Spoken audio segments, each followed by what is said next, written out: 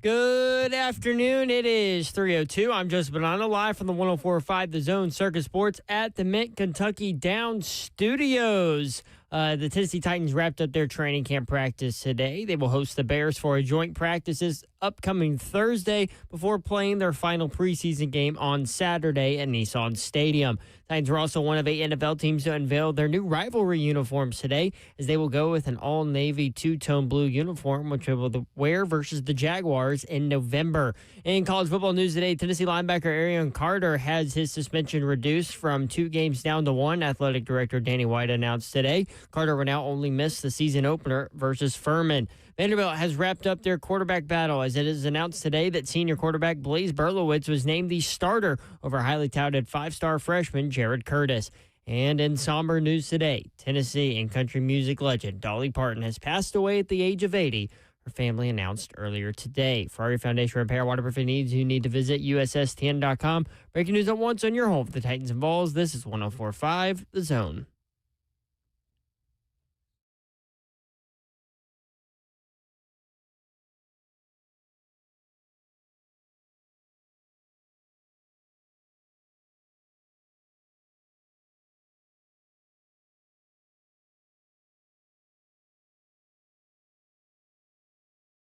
Channel 104.5 The Zone. Bree Doherty with you on a beautiful day in the Music City. Hope you're having a great Tuesday. You can watch the show live, YouTube, Facebook Live, Twitter, and Twitch. Twitch, please. There she is. She's Dawn Davenport, y'all. What up? What up, baby? What up? Happy day to all y'all. What up, Babsy? What's up? Again, it's hot, but the humidity's great, so... I kind of feel like we're headed toward fall. I don't. I know the temperature isn't there. Temperatures in the morning, though? Temperatures are cool That's in the great. morning. But when you see, like, the sun is at a different spot. Like, the lighting's different. It's headed toward that fall lighting. And the sky's actually blue, not white. Why? What? Try to talk myself into it. Spot. It is. The And it's lighting's fall different. Lighting. Yeah. It's headed toward fall lighting. Man, it's hot out there. Dude, I was sweating today. Sleigh Dog's here. I'm in the building.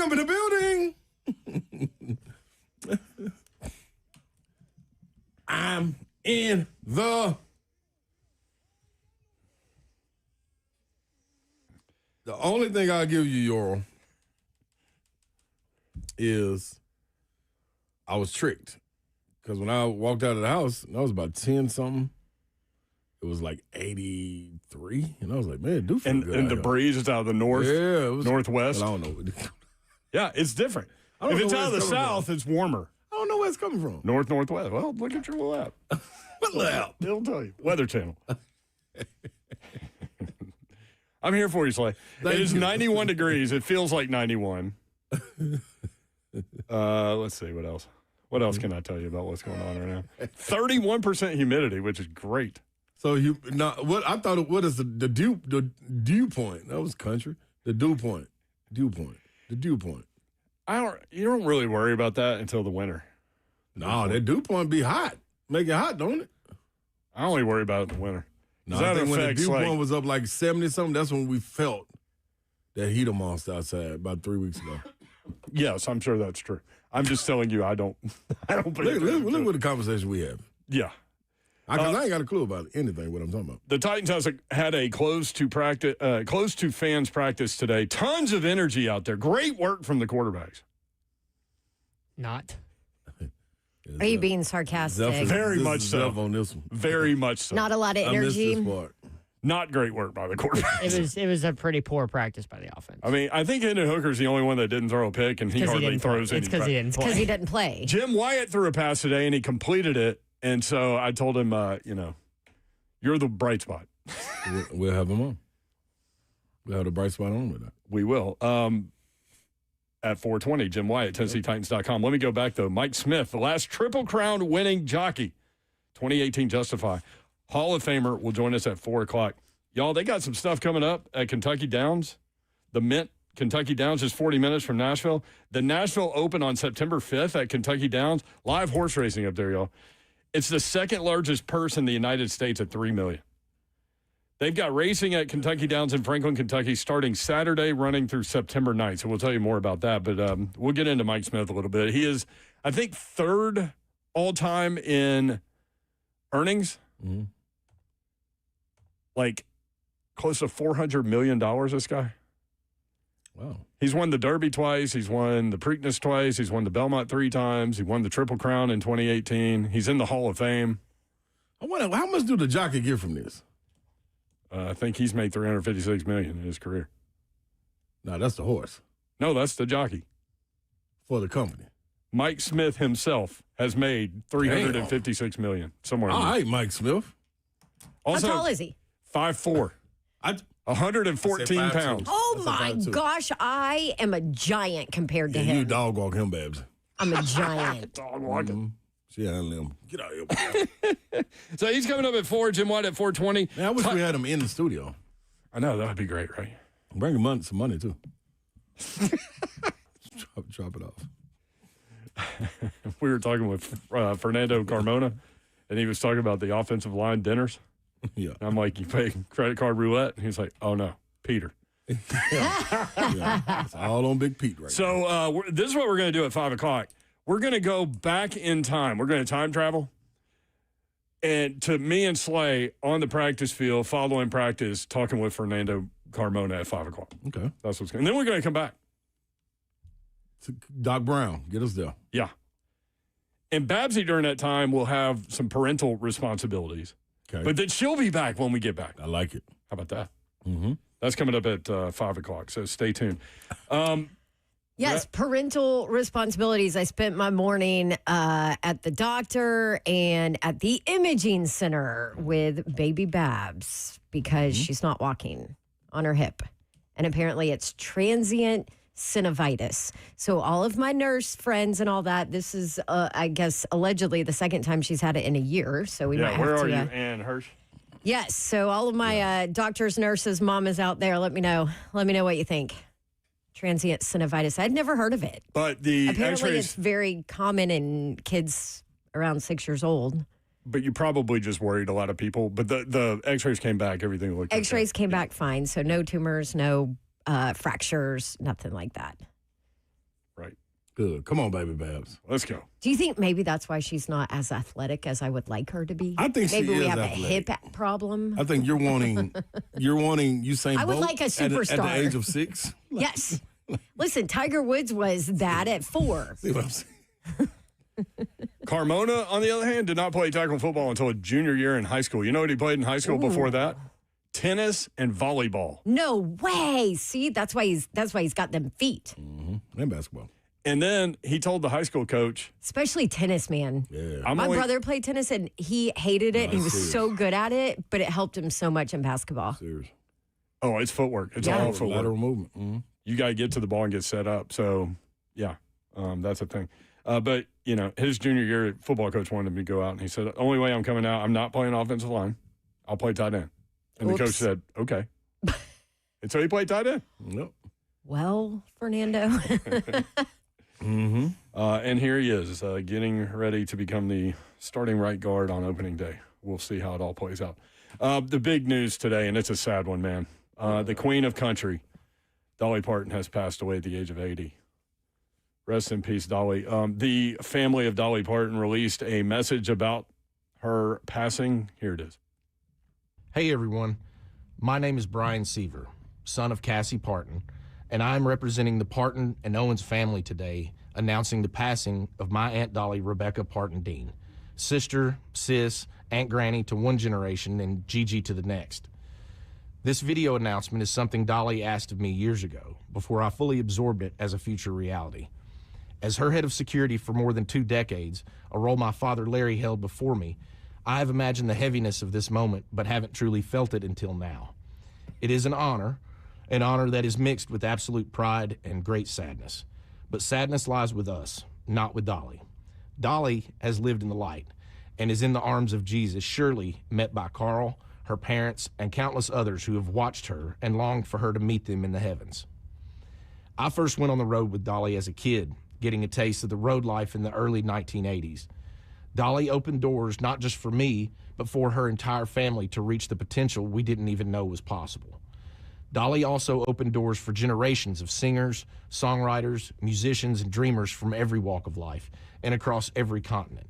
By her example, we believe that anything was possible. She never saw a door she couldn't open, and the doors she opened made and changed history. My family and I have shared a lifetime of beautiful memories with Dolly, but so have you. She has always been on your television, your record player, your CD, and on your phone playlist, becoming an extended part of your family, whether you liked it or not. Our family and the team she has entrusted with her legacy will work diligently to ensure her spirit will live with us forever. Dolly was a farmer, just like her daddy. He farmed the soil, she farmed songs and happiness. Dolly called me and said she wants to rest in a beautiful bed of plush cotton because after a life wearing heavy rhinestones, she finally deserves to be comfortable and have some rest. Rest in peace, Aunt Dolly, Aunt Granny, Gigi. May God bless Dolly Parton, and may God bless you all. She will always love you. Oh, Yeah. dog. Born on January 19, 1946 in Sevier County in East Tennessee, one-room cabin, fourth of 12 children. Larger than life, but stood 5 feet tall. She was only 5 feet. Yeah. Her career spanned 60 years with 50 studio recorded records. She has sold more than 100 million records, 11 Grammy Awards, 3 Emmy Awards for television, 6 Golden Globes for acting, a Tony Award, Broadway, and nominations for 2 Academy Awards. Her movies included 9 to 5, Best Little Whorehouse in Texas, Rhinestone, Steel Magnolias, Straight Talk, and others. Music, where do you even start? She had 25 singles reach number 1 on the Billboard Country charts. Jolene, 9 to 5, Here You Come Again, Islands in the Stream, Coat of Many Colors, I Will Always Love You, which was made famous, obviously, by Whitney Houston. Dolly Parton wrote that. A lot of people don't know that. Buck found a little compilation of some sound bites from her during the course of her career. Check it out. I am sure of myself as a person. I'm sure of my talent. And to me, and I'm sure of my love and for life and that sort of thing, I'm very content. I like the kind of person that I am. If I fail, it's no big deal. If something don't work out, I'm not afraid of failure because to me, I never feel like a loser. You know, even when I've lost, I still, feel like I'm winning because I'm earning some sort of experience or something that I can use somewhere else. We were planning to see if we could do something like Mama little children love shortening, shortening. Mama little children love shortening bread. Mama little children love shortening, shortening. Mama little children love shortening bread. Play it, Patty. I always felt like I have everything to gain and nothing to lose, and all I had was myself. I happened to believe that I had a God-given talent, and I felt like it was my responsibility to work that and do as much with that as I could. Don't judge a book by the cover, because I'm a real good book. Don't be fooled by thinking that the goods are not all there. Don't let these false eyelashes lead you to believe that I'm as phony as I look, because I run true and deep. I don't try to tell other people what to do. People are always saying, what kind of advice should you give? I say, I don't give people advice. I have information. If you want to know some facts and if you want to know, sometimes how I dealt with something. But I do believe that everybody has a right to be themselves. There's a lot to be said about being comfortable with who you are. Because I don't know how to be anybody else. I don't want to be anybody else. I'm not responsible for anybody else, but I'm responsible for me. Man. She was one of a kind. I mean, larger than life. I felt like she was never going to leave us, Yeah. And here's the thing. Somebody that famous, like, I guarantee you there's nobody that has a bad thing to say about Dolly Parton. And she was that famous and everybody knew her and larger than life, like you said. But have you ever met anybody that, says negative things about Dolly Parton? I mean, that's crazy, especially in this day and age where everybody is a bunch of jerks. We certainly all have our moments. That's for sure. We all fail. Dolly, man. Despite what she said there. By the way, the next name on the hurricane list is Dolly. No. She's going to come through. Are they Tell allowed this to thing do up. that? Either that or If you'll remember, Rhett Bryan here. Hello, everybody. hello, Rhett. When we had the unfortunate news of telling everyone that Coach Mack had passed, I used her as an example. I said, he was our football Dolly Parton. No one ever said a bad word about Dave McGinnis. No one will ever say or has said disparaging things about Dolly Parton because she is universally loved. Yeah. Our children learned to read because she gave books through her philanthropy every month until my daughter was 5 years old, till your children were 5 years old. She's Imagination amazing. Library. Like, I am heartbroken. Yep. Thank you, Rhett. That's a great point. Yep. All of the generosity, too, the giving. So much. Vanderbilt, everything. Yeah, they might need to do something about that. Would you go ahead and name the Hurricane Dolly? Or would you just move on to the next one? Ooh, I don't know. I don't think you can. Yeah. I don't think you can name it Dolly, right? Yeah, That'd be tough. that might be a little wild. No, because that's like destructive. And Yeah. Dolly. But she's not just Dolly Parton was never destructive. She's the antithesis of that. Correct. Some people transcend music, sports, acting, accounting, whatever. She transcended life. Rest in peace, Queen of Country, Dolly Parton.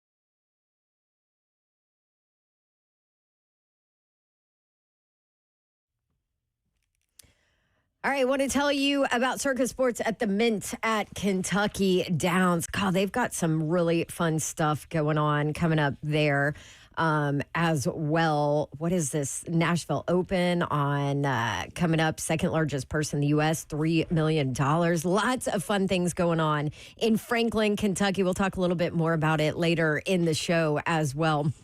Short drive on 65, first exit once you hit Kentucky. Easy to get to. It's like one turn off the interstate, and it is worth the trip. Circus Sports at the Mint at Kentucky Downs, a 2-story sports betting experience with a sports book there with 5 standard windows, kiosks available, racing terminals, betting sheet rack, and then they have 200 seats and a massive video screen with all of the sports on the video wall, which is 1,300 square feet, by the way.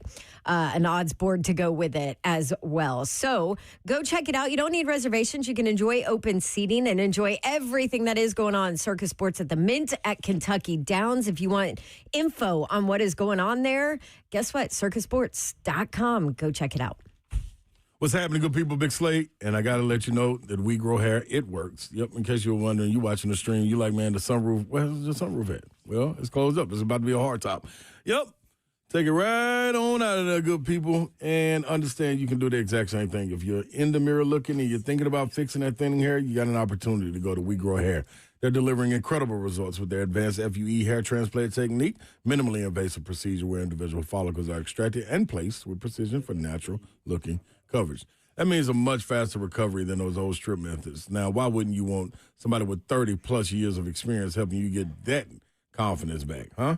Proven permanent solutions. All you got to do is let them know that Big Slay told you. And with your free laser session, when you tell them that, when you book it, they'll hook you up with $500 off your hair transplant procedure. So don't sit around waiting. Call them right now at 615-376-6010. That's real savings on real results. Go to WeGrowHair.com. What's happening, good people? Let me go on and tell you while you're walking into your weekend what you need to be looking for. That is a truck. Yeah, Mid-10 Ford, they got you covered. They're going to take care of you. All you got to do is slide in there and let them know, hey, man, Big Slay told me. And they will look out for you. Go in there and holler at my guys, Trey, Matt. They're going to be right there to help you walk through the process of going to get your truck. And guess what? It's nothing that's going to be pressure, no high pressure, just low pressure approach, no gimmicks, no pushy sale tactics. That's not what they're about. They're about getting the job done and getting you comfortable and understanding exactly what you're getting into. It's a one-stop shop. If you need service, Mid-10 Ford, they got you covered. They are the ones you need to be looking for. When it comes to the right vehicle, they got you covered. Even a body shop, service, financing, sales, they got it, all of that. All you got to do is go to 1319 Foster Avenue. Visit mid10fordtrucks.com. A day at the spa, the perfect gift for birthdays, anniversaries, or any occasion. Lavish and luxurious, yet affordable. A grand gesture, yet simple for you. The gift card from A Moment's Peace. Give her the gift she won't buy herself. An escape, a bit of luxury. Something special that shows more than just words. A gift from A Moment's Peace Salon and Day Spa in Cool Springs across I-65 from Galleria Mall. Call 615-224-0770 or go online at amomentspeace.com anytime.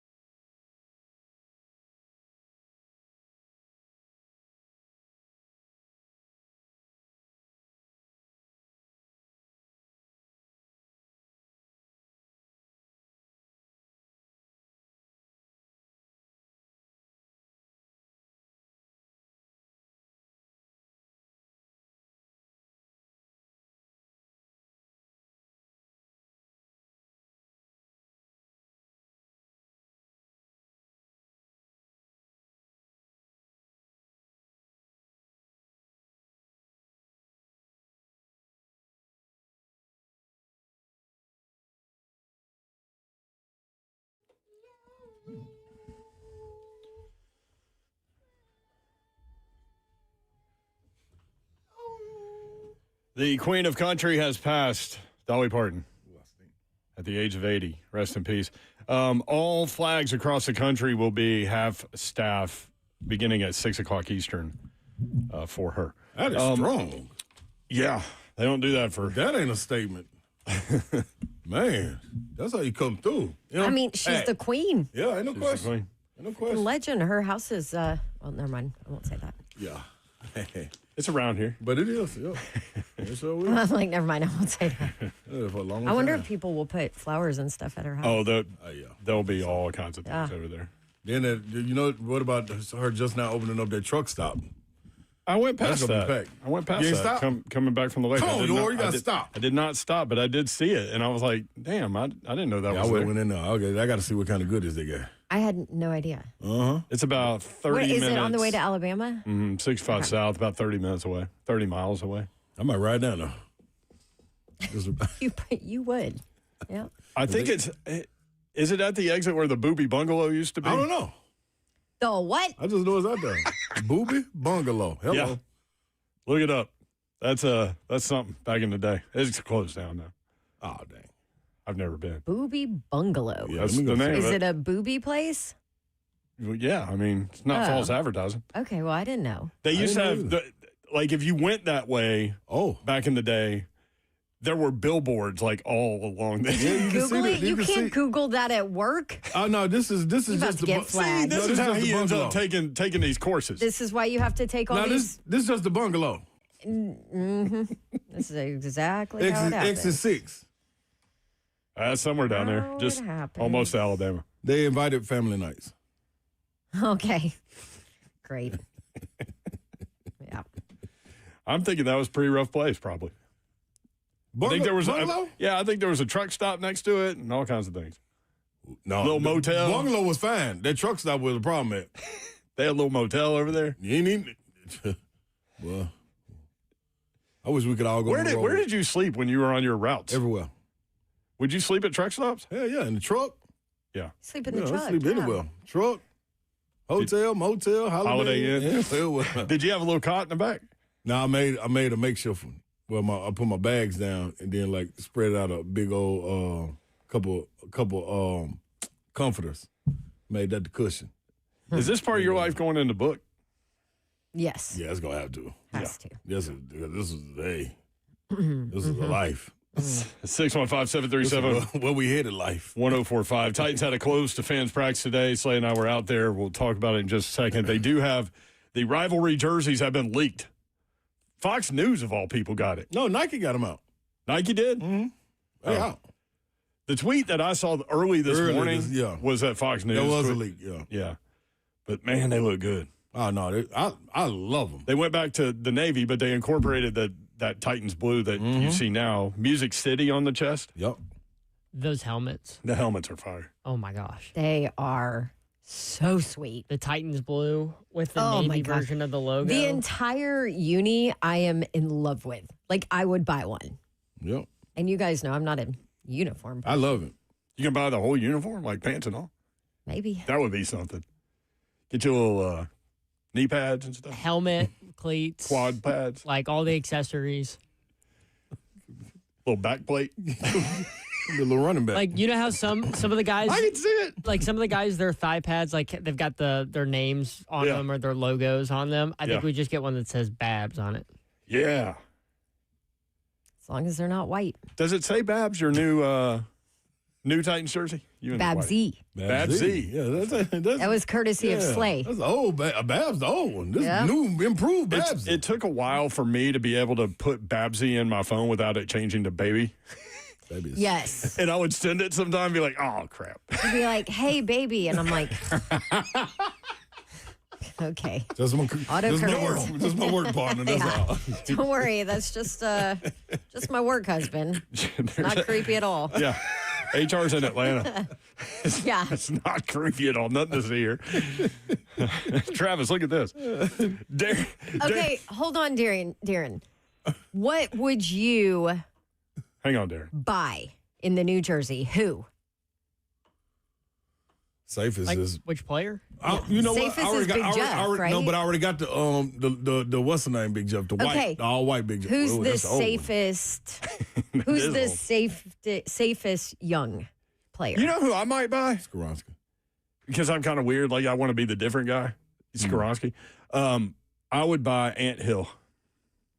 I don't Just to be hate kind of that. different. Just to I be don't kind of hate different. that. No, I want that. I just don't. They got a lot of ammo at linebacker, dog. You can't keep all of them. Oh, I know. Well, they're keeping him. I'm saying past this year. Do you know the only jersey I've ever bought for the Titans is Randall Godfrey? Really? Really? Linebacker. Same type thing. There you go. I'm just saying, like James Williams, they going to James James Williams. Williams, Barton, Cedric Gray, Ant Hill. I'm missing somebody else, but like just them four, like it ain't no way them, but they ain't gonna stay. If you can keep two of them, if the way their potential and trajectory is going, like you can only get two. We got two Skoronskis, a Winston, Safest. Winston Ooh, is the safest. I Alante think Winston's the Taylor. safest. A Ooh, I Winston don't know would about be that one. a Winston would be cool. That 23. I don't know Winston. Winston maybe a minute. Yeah. All right, Jeff, you got some info on the Booby Bungalow? I've had a couple people call in and say People that been it's, going now? I guess, old are and say that it's at the Cornersville exit on I-40 is what a It couple is people said. the OG like legend is not on I-40. It was on 65 South. Yeah, I told y'all. There might be a new one now. I don't know, but Yeah, this one was run down. Unless I misunderstood the guy that called in, but yeah. I mean, you did. Well, here's I Wes in did call Columbia. someone Deeds. Yeah, you're right. Wes might have some information about the Booby Bungalow. Oh, my gosh. Wes, what's up? Hey guys. I'm a long-time listener, first-time caller, but when you got to talking about the Booby Bungalow, I've actually been there. I've actually been there. Oh. And before I moved to Tennessee when I was young, my stepdad drove trucks. And he would say that they would holler from the Booby Bungalow over the CV to get the truckers to stop there. And yes, it was on 65 South. Yep, that's right. Yeah, Depending on which direction you're going. Exactly. What's your name, brother? But it's on 65. Wes, let me ask you something. Yeah. Which one you think was it was more active at? The bungalow, what is it, Booby Bungalow? Yeah. Booby Bungalow, the yeah. truck stop, or the hotel? No, I'm going to tell you right now, it was the Booby Bungalow. You didn't have to go anywhere. Oh. The only thing you had to do when you got there, you had to bring all your own drinks. And you had to buy them back at the door. Yep, BYB, yep. Yeah, it is. Thank you, Wes. Appreciate I'm very proud of you for making this first phone call to 3HL. That's like, yeah. Hey, I love listening to y'all, and I know it's supposed to be all about sports, but Oh, no, we talk about life and sometimes it's everything. just fun. There you go. Thank you, man. Hey, we're just trying to have as good a time as possible. You know, and we Mouse- love our community. That might have been where Mouse's ears got their blueprint from. I never went there. Did you go there? I was never able to go back. Why? Somebody told on us. I don't even want to know. Oh, told the coach? Yeah. That y'all were there? After a game. Like, it's after a game. What are y'all talking about? We do what we want to do. Mouse's ears on 40. It is on 40. Or it was. I think, I think it died. This one was Chapman Highway. Oh, there was two. That's right. Yep. I remember when I used to be a journalist. Yeah. Over by Ye Old Steakhouse. Alcoa Highway. That's what it was. Good job, Johnny. Johnny Nash. Y'all went one time and that was it. Yeah, somebody told on us, man. We had a good time, too. Darren in Brentwood. Darren, what's up? What's up, y'all? What's up, Darren? So, quick thing on Dolly. Love Dolly Parton. But have y'all seen so they're opening, I think it's a hotel. I run route downtown. So yeah, over on Commerce and on Commerce. It's called Dolly Parton Storytellers. That place looks like it's going to be crazy. They have like this huge outdoor, like pretty much like a playground. I don't know what it's going to be, but it looks amazing. So that's something people can kind of look forward to. But backpedaling to what y'all were just talking about, the jersey strategy. Yeah. So my strategy's always been, I want to get a McNair personalized jersey with the new colors on it.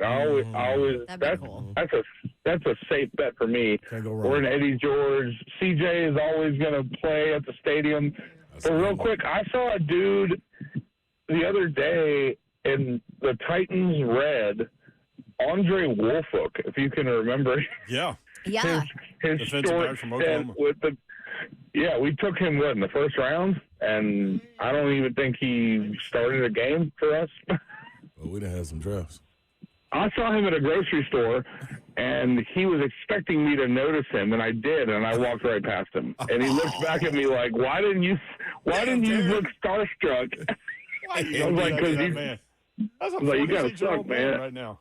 See, Darren, I would have had to ask you, Darren. Come on, man. Give me some little high five or something. You're right. First round pick, 28th overall out of Oklahoma. Really? Andre Wolfook. Yeah. Wow. He was our first round pick, a secondary player from the Big Ten. Like, come on now. Like we used to call him Snail Toast because he moved like a snail and he got burnt every single time. He was getting burnt by backup wide receivers in the training camp. Like, what are we doing? Anyway, I love you guys. I'm not going to call 3 days in a row. I'll give y'all a break. No, I love it, Darren. Thanks, Darren. Can you imagine Wolfoks driving around town? Just catching strays. for no reason. Well, what I did I mean, do? I don't know. He was a first-round pick and didn't live up to it. But I mean, his name hadn't come up on this show. Ever. I remember that Ever. name. Since I've been on it in 8 years. What year 9 was that? years. 2003 to 2006, he played on the Titans. Oh, that's pre-3HL. There you go. I was on another station back then. Nail toast. Snail toast is pretty tough. Rusty, next up on 3HL. Rusty, what's up? Yeah, he did get that backwards. Booby Bungalow, it was on exit 6. If I remember right on that's the Pulaski exit, if I remember right. It's But down there the around other- Pulaski. I know The that. other is exit, Dolly's place off of exit 22. That Cornersville right there.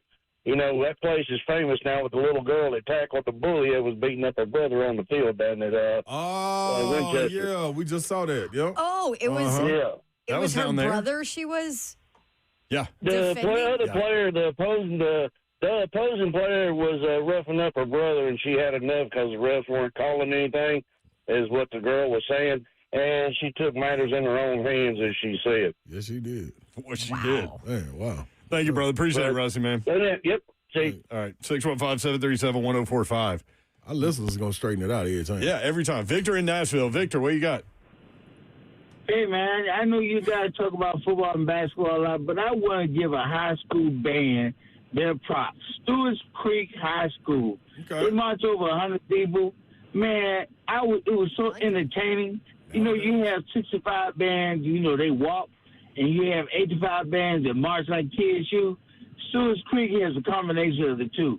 They sounded just like Tennessee State Friday night. They had me rocking in the stands. Big son. salute, I man. mean, I they love were that. playing hit after hit. Big salute, man. Huge salute. Yeah, man. Thank you, Victor. Hey, Slay. What's up, baby? Slay. Hey, you may know me by another name. Uh-oh. Quick Six. What's up, man? How you doing, man? I'm good, I'll brother. give y'all a holler back later on. No doubt, man. I just want y'all take care, bro. All right. All right, see.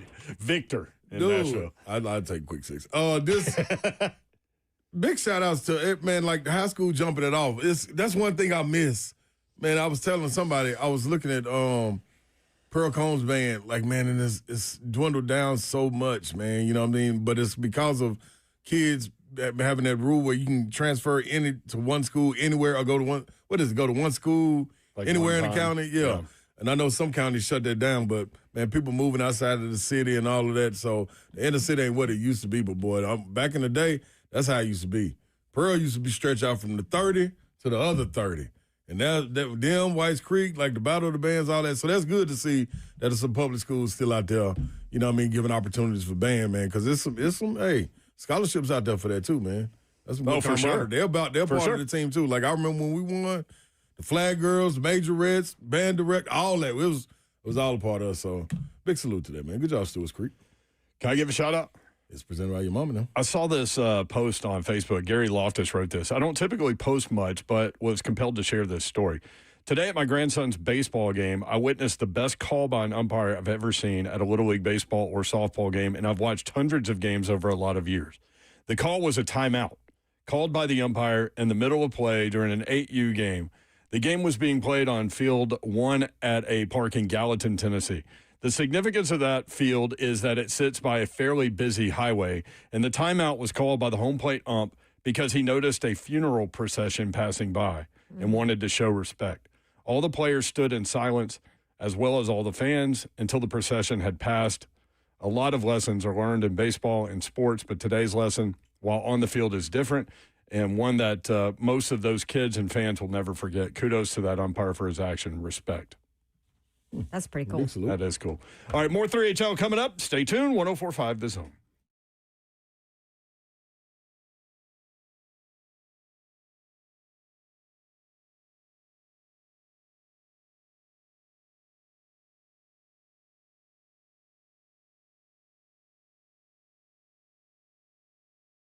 All right, Dawn, and I want to tell you about Pella Windows and Doors of Nashville. As a customer of Pella, I'd love to recommend them to you. You can call them today or check them out at PellaNashville.com. Use them to replace windows and doors in my rental property and our home.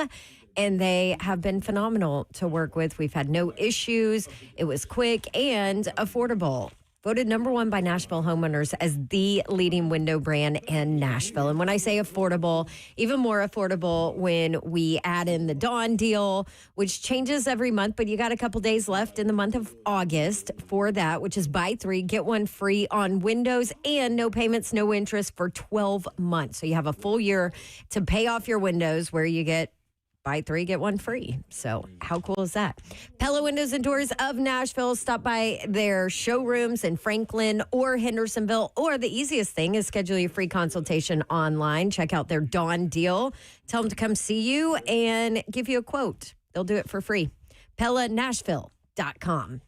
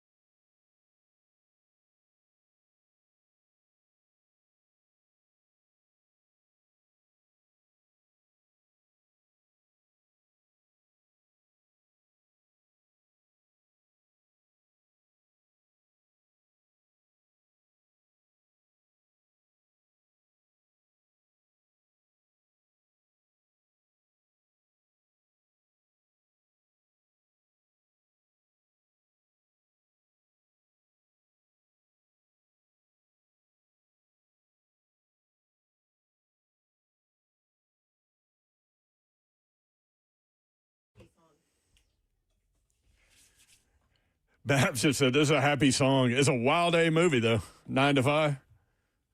They're trying to poison their boss and everything. I haven't watched it. I feel like I need to now. It's good. Lily Tomlin's in it. Yes. R.I.P. Dolly Parton. We'll celebrate her today. Tennessee linebacker Arian Carter's suspension has been reduced to 1 game, which is still dumb. Still dumb. If you're going to reduce it, you're admitting that it's dumb. Yeah. Oh, and by the way, you guys who just went and signed with an NFL team, come on back.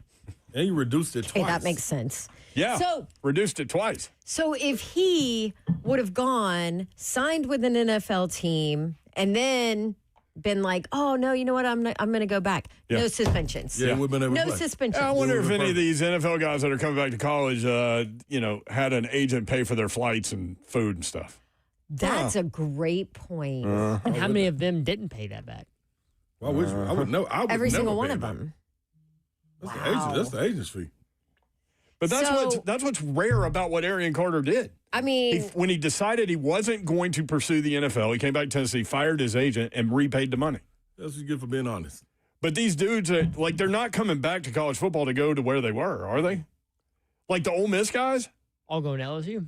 They're going to LSU, so Ole Miss doesn't have to turn anything in. well, supposedly they are. Not supposed to be transferring within conference.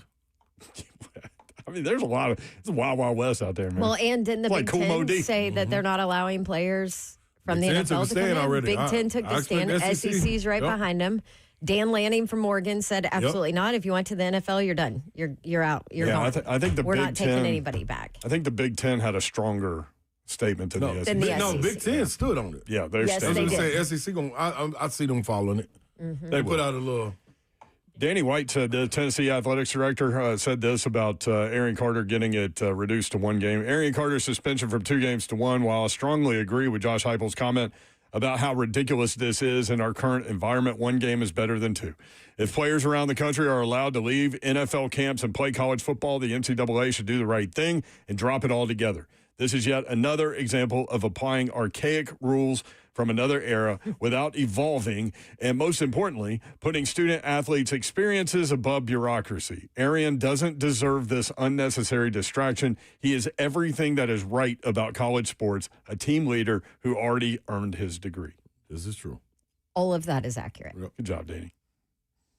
Well said, Danny. Vanderbilt named Blaze Bertowitz quarterback 1 over 5-star freshman Jared Curtis. We all knew that was happening when Chris Lowe said what he said yesterday without saying what. There are lots of Vandy fans out there who are a little. Yeah, they're either excited about shocked, Jared Curtis. Unhappy. With good reason, though. He's the highest rated recruit that ever has gone to that school. So they're excited to see him. Yeah, you're eager. It's like you buy this ridiculous Ferrari for some reason, and you put it in the garage, and you're like, you know what? We'll get that out every once in a while. Yeah. Okay, but doesn't that tell you that maybe he's not ready? Yeah, I mean, there's some 1,000% that's what that tells me. That's exactly what it tells you. Like maybe they want to protect him and not throw him out there when maybe mentally or playbook wise or reading defense wise, he is about to see a whole lot that he has never seen before. I think they trust Bertowitz to get it going against Austin Peay and then put Jared Curtis in. And let him ease in. Once there's separation of score. I think that's And what then- the report said was going to happen. Yeah. And the main from Pete thing Thamel. is the main thing anyway though. Like whoever's making the decision, whether it be Clark, Lead, OC, whatever it is, the last 3 years have been great by the decision making. Whoever's been in charge of doing it anyway. So Yeah. sit back, Trust and relax, it. and trust it. Yeah, Yeah. like how do you even? I'm not up in arms about anything that they got going on. Bertowitz, a 6'3", 200-pound senior. He played in 6 games last year, 19 of 36, which is 52.8%. 265 yards, 2 touchdowns, 1 interception. So we'll see how all that plays out.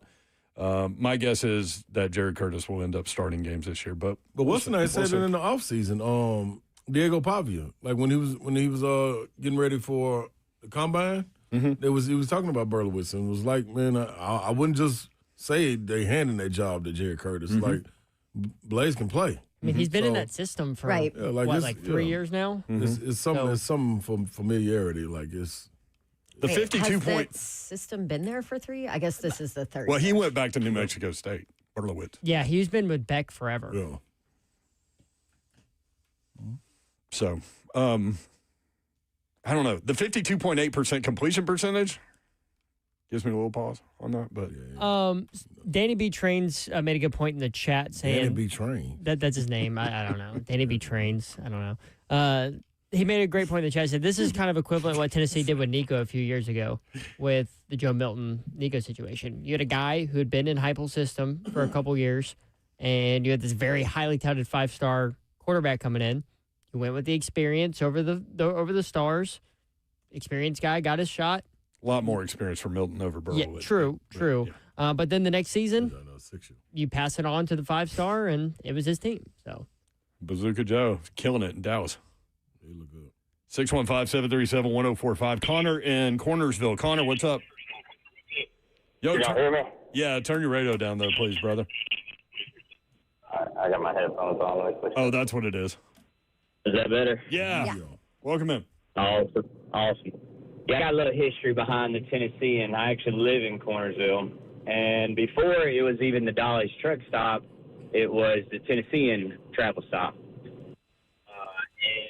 In 2001 in July, it actually burned down from a grease fire. So that's why they revamped it in 2022, 2024 to the new Tennessean truck stop. And now in, obviously, June 24th this year, it's Dolly's now. So it's only a couple months old then. I got a lot saved on it. Okay, Connor. Appreciate you, bro. That's too much. Did he go back to his headphones? A little kickback. That's all. I think it kicked back onto his Bluetooth probably, or something. Yeah. 6-1. Thank you for the call, brother. I appreciate the history of things like that too, so I appreciate that call. Marvin in the Borough. You're weird like that. I am. I'm like, I don't care. Marvin in the Borough. Marvin, what's up? Mayor, how are you, brother? Good, man. Hey, Slade, or Basti, first of all, let me get this out of the way. Sad day for Dolly Patch. Babs, I hope baby Babs is better soon. Thank you. I was calling real quick, and I wanted to call this benefit. The home street home benefit. But I had a great time. Hang on, Marvin. I'm going to put you on hold and let you get settled with Zeph. Come up. Yeah, I do too. Home Street Home's a very near and dear organization to us. Stephen Young and them. 615-737-1045. Zach in Mount Juliet. Zach, what's up? Hey, guys. I was calling in regards to the rivalries jerseys for the Titans on the previous thing before the break. And to Slade's point, what I saw with Nike was that they leaked a shoe out probably a couple months ago that all the branding and font is exactly what these jerseys are now. So that's where I had kind of seen the hint on it. The other thing I wanted to add that pisses me off. Just let it be. Yeah, no. Let it be. Other thing I wanted to add was I wanted to contribute to the obscure jersey sighting. I was with my wife at the game Sunday night, and one of the callers said Andre Woolfolk. I'll raise them a Tyrone Calico that I saw. Oh, I've seen Calico. And this jersey was easily 15 years old, and it wasn't faded. It was in the most pristine condition I had ever seen. So I'll hang up, listen, but I just want to contribute to the obscure jersey sighting. Love it, man. Appreciate it. That's great. Tyrone Calico. We were just talking about him on the field today. I've seen a couple of Calico ones. Oh, really? What brought it up? Do you remember? The whole conversation about rookie wide receivers and what they look like in preseason, and even these elite guys have really struggled in preseason, and then bam. So it's really tough. But Tyrone Calico was one that looked really good in the preseason one year. Kenny Britt was brought up. Who else? Britt looked really good in the preseason. Eddie Berlin was brought up. Oh, Eddie Berlin. Where did he play? Here. No, I'd say what did he play, though? Oh, I don't know. Oh, wide receiver. Wide receiver. Yeah. I thought you meant college. I have no idea where Eddie Berlin went to. He sounds like a Matt guy to me. Eddie Berlin. Okay. Or he sounds like a mad scientist. Man, that's all right. Eddie Berlin. Now you know I got to look. 615-737-1045. Corey in Columbia. Corey, what's up? What's going on, guys? Long time no talk. What's up, man? Not much. Hey, I just wanted to bring up fantasy football because I know it's that time of year for everybody. I don't know if you guys got fantasy teams going on. Slay and Babs do. No, I don't. Why don't you do I have it, a Brent? family one. I don't ever change my lineup. I just, I would get frustrated with myself if I forgot to change something. Yeah. So I was just like, nah. Well, I was going to throw a sleeper out there and see if you guys had any other suggestions on sleepers. Caleb Douglas, supposed to be wide receiver 1 for the Dolphins, and I haven't heard a lot of people talk about him yet. But yeah, Dude, the Dolphins are garbage. I'm staying away from all Dolphins activities. I would stay away from the Dolphins. I just can't trust it. I know somebody got to catch the ball, but man. But like, I don't know about Sleeper either. who's throwing it to him? Oh, that's a great. Oh, did y'all see they had such a bad practice today that Malik stopped it and gave like a pep talk to the offense. Do you have confidence in that? Malik? In him? I do. This was the with the offensive line. You think he's going to be? Yeah, he came from here. He know what a bad offensive line looks like. That's true. He's been prepped. He's been prepped for this opportunity. This was the quote from a Rumpy Dolphins reporter day. Dolphins practice is over. The Dolphins offense was a disaster. They were so bad, Malik Willis got a team together to talk midway through. It did not help. It did not help. Dang, I didn't just talk him like it did not help. All right, Malik. Here we go. See, that's to Bab's point. We're going to do the same damn thing we were doing. Sorry, Malik. Eddie Berlin played at Northern Iowa. He was a fifth-round pick of the Tennessee Titans in 2001. He played for the Titans for 4 seasons, was out of the league by 2006. He had 26 career receptions. All right, when we come back, Hall of Fame jockey Mike Smith, the last Triple Crown winner, is going to join us. Y'all, his nickname is Big Money Mike. That's next 3HL.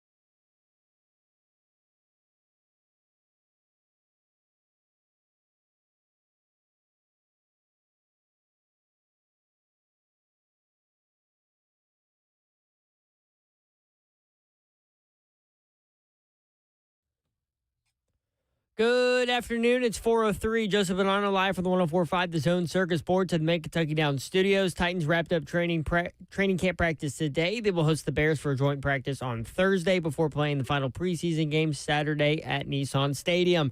Titans are also one of 8 NFL teams to unveil their new rivalry uniforms today as they go with an all-navy two-tone blue uniform, which they will wear versus the Jags in November.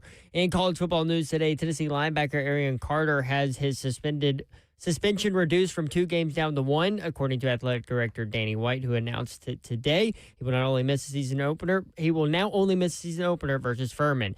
For all your foundation repair, whatever it needs, you need to visit USSTN.com. Bring news at once in your home of the Titans and Vols. This is 104.5 The Zone.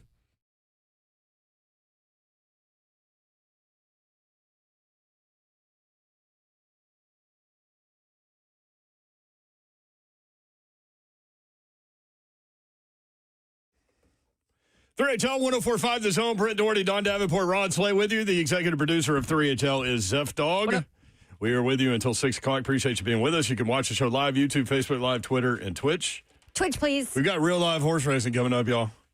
The Mint, Kentucky Downs is 40 minutes from Nashville. We've done shows up there, and they are about to get rolling.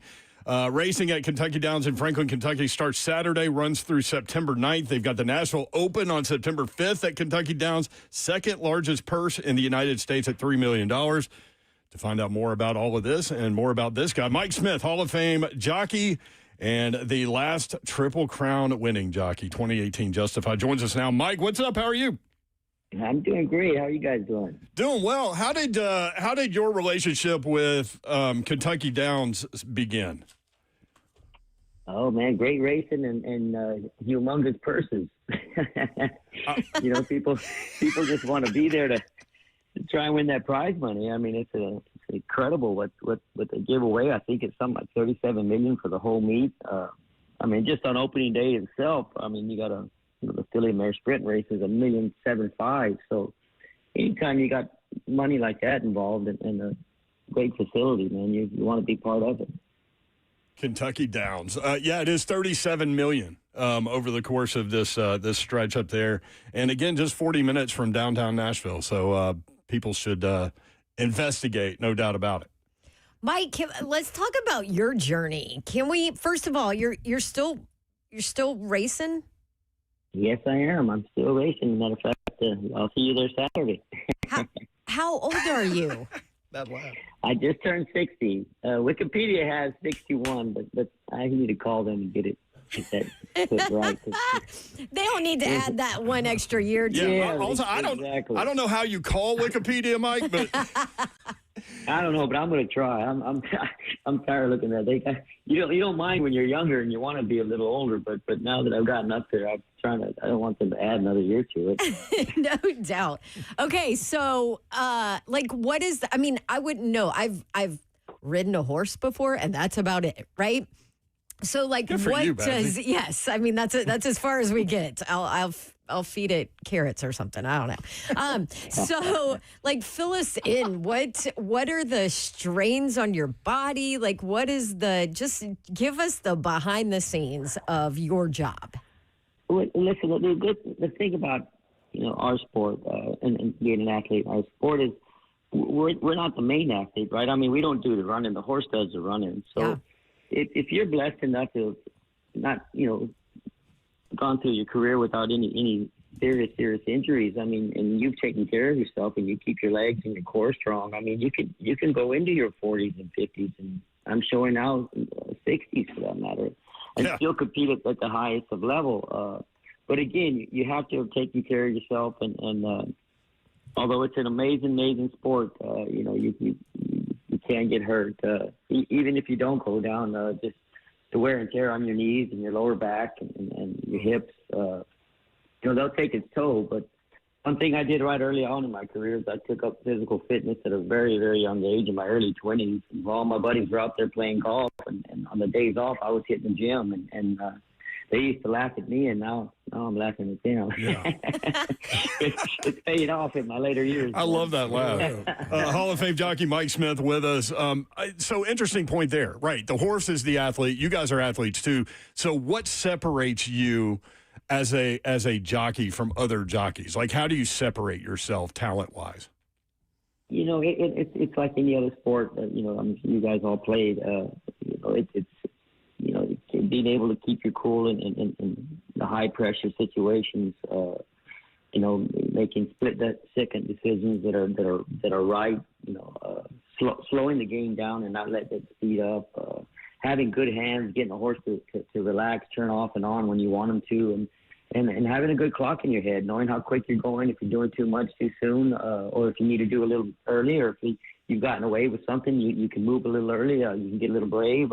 It's just so many different things, and just regular old horsemanship, man. There's something to, some horses just respond for people and better than others for whatever reason that is. It's crazy. It's like this little magic stuff that some people have, So how much is the relationship between you and the animal?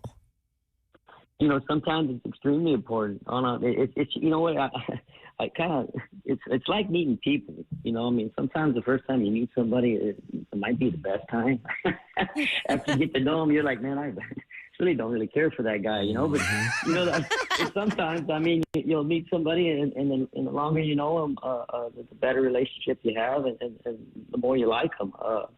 So it just depends. I win some of the biggest races in my career just meeting a horse for the very first time that afternoon. Just jumping on it that day. And then there's been some situations where you need to get to know this horse a little bit because it has some some things that you need to know. And the more you get to know it, the better you can get it to respond. But all in all, listen, they're so well trained. They're so forward. They're athletes, man. They're trained for this, and it's just a matter of pointing in the right direction and getting a really good trip and doing things right, and they're going to respond. Nashville Open on September 5th at Kentucky Downs. Second largest purse in the country, $3 million. Racing at Kentucky Downs in Franklin, Kentucky starts Saturday, runs through September 9th. You can see Hall of Fame jockey Mike Smith out there.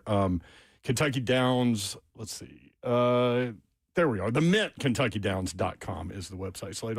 Big Money Mike, from one jockey to the next. What do you do to recover from? By the way, Mike, he's 6'8". There's no horse. I did a little research. That's why I chuckled when he said from one jockey to the next. No, maybe a disc jockey now. Mike, I'm talking about my younger years, man, when I was in the equestrian club, but that's neither here nor there. He was in the equestrian club at Oak Hill Academy. Oh, wow. That's pretty cool. I didn't know. I didn't read that part. Mike, that might not even be listed no more. That's so long ago. But this is what I'm asking you. How's your recovery, man, and what have you had to go through? It's because people watch it and y'all getting through it, and what the max is? How long you you race the max? Like an actual like race. an actual timed race, like what? In the actual time, just depending if it's a route race, you're anywhere from for a mile takes a really fast horse to go a mile in 35 to 36. Wow. You go any further, it's the Kentucky Derby is usually 2 minutes, a little over 2 minutes. So what does that do to your body? 2 minutes like is to a recover? long time. It seems like 2 hours sometimes. Just depends how good the horse you're on. If it's moving forward, it doesn't seem that long ago at all. But if it ain't moving as quite as fast as the others, well, that's a long 2 minutes. That's a long. So what's your recovery like, man? What is your body like? You put your body through? Like what? How do you get ready for these races? Again, as long as you're staying on the horse and not going down any kind of spill. Yeah. You really don't. There's some of these. Look, I don't ride 8, 9, 10 races a day like I used to, but man, these young riders, they ride 8, 9, 10 a day, and they'll ride that 8th one just as hard, if not harder than the first one. It just depends. But it's like in any other sport, man. We have our locker room, man. We got our cold plunges, man. Cryotherapy, I do a lot on my day off. Infrared, saunas. Yes. I do it all, man. I got my personal trainers, got some masseurs, and nothing like good old rest, man. You got to rest. You got to get to bed early, sleep well, get your 8 hours, man, and eat right, and your body will heal. I'm still working on them 8 hours, Mike. Let me ask you this one. But what was one of your moments where you were in a race and you thought, Golly, man, this is not in my control. This is all the horse. Or what's one of your wildest moments in a race that you can think back on? Oh wow! Well, let's go to the Triple Crown, man. In 2018, to get the opportunity to ride a great horse like Justify. I mean, he was just a beast. He was a man amongst boys. He'd be I kind of compare it to like LeBron James when he came out of high school. You know, I mean, he was just bigger, stronger, faster than everybody. And so, you know, it was just a matter of getting him out of the gate good and staying out of his way. And really, I mean, he was just that talented. He was that good. And you know, judging the pace right, I mean, he certainly didn't want to go too fast. But, I mean, that part just comes natural to after you've been doing it for a while. But, I mean, he was one that, listen, I'd like to take a lot of credit for. But that was all him. And then, you know, there's been situations where you know, if you go back and watch the 2005 Kentucky Derby when I went on Giacomo, I was 50-1, and I had to do everything about as perfect could be to get the job done, and that's probably about the most perfect race I ever rode. But it took every bit of that to get him there on time. He was the longest shot, you know, in the race, and we got up and won by, you know, a neck, and it was.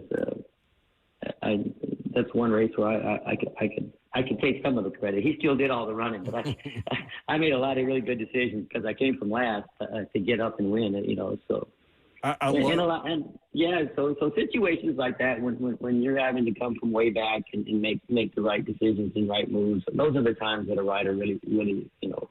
I mean, you make one little wrong move and it could be over. You know? I love the comparative stories between those two horses and how different they were and how different your job was for each of those horses. Obviously, you knew you had something with Justify, right? Like, I don't know. Well, were you thinking Triple Crown? Yeah, he came out of grade school already knowing he was going to be the number one pick for a team. I mean, he came with a lot of, like, really high regard. But when he came out of a training center, I mean, the buzz was already pretty strong about him. And if you ever get the chance and you're around Lexington, Kentucky, stop in at Coolmore and just take a look at this beast. I mean, he's just magnificent, and he's one of the biggest, prettiest things you'll ever see. So, and then he had the talent to go with it, so he was just incredible. Well, obviously, every jockey saw what you saw with that horse. How did you get the gig? Like, how did you get that job? Man, I was on top of the world at the time, so it's like anything, you know. When you're playing well, they want you, you know. They're going to put you into play. And at the time, I was riding just about every really good horse for Bob Backett that he was running. We were having a year. I think I was winning stake races for him at like 75% or 80% that year. I mean, it was crazy. You know, I was doing really, really well at the right time, and it was just my turn. I guess, you know. There's something to surrounding yourself around the right people and you know, you put the work in and the practice in and good things happen. And I was just sitting there and here he came, you know. How much pressure did you feel having won the first two legs and you're sitting there at the 150th Belmont Stakes? And were you nervous? Were you feeling pressure? What was going on there? To go back just a little bit, though, I also had a lot of success with the owners of Justify, you know, in previous years that I won the Breeders' Cup for him and stuff like that. And, of course, Bob had a lot of success with him, and that's the reason I got the mount. Yeah. And as far as you would think that the last one would have been the pressure race, right? I mean, but it was the Preakness because I knew he had. Listen, first of all, I knew he had the kind of ability that if I could win the Derby, this is the kind of horse who could win all three. Well, then you win the Derby, right? So now you got that part done. And to me, the most pressure that I felt was, okay, now we're going to typical. He's a big old horse. It's tighter turns, a shorter distance. You know, the weather was bad again. I said, this is the one because I always thought all along that Belmont would suit him best because of the big, wide sweeping turns, and he was just a big, powerful horse. I just always thought that, man, I bet he'll just cruise around Belmont, you know.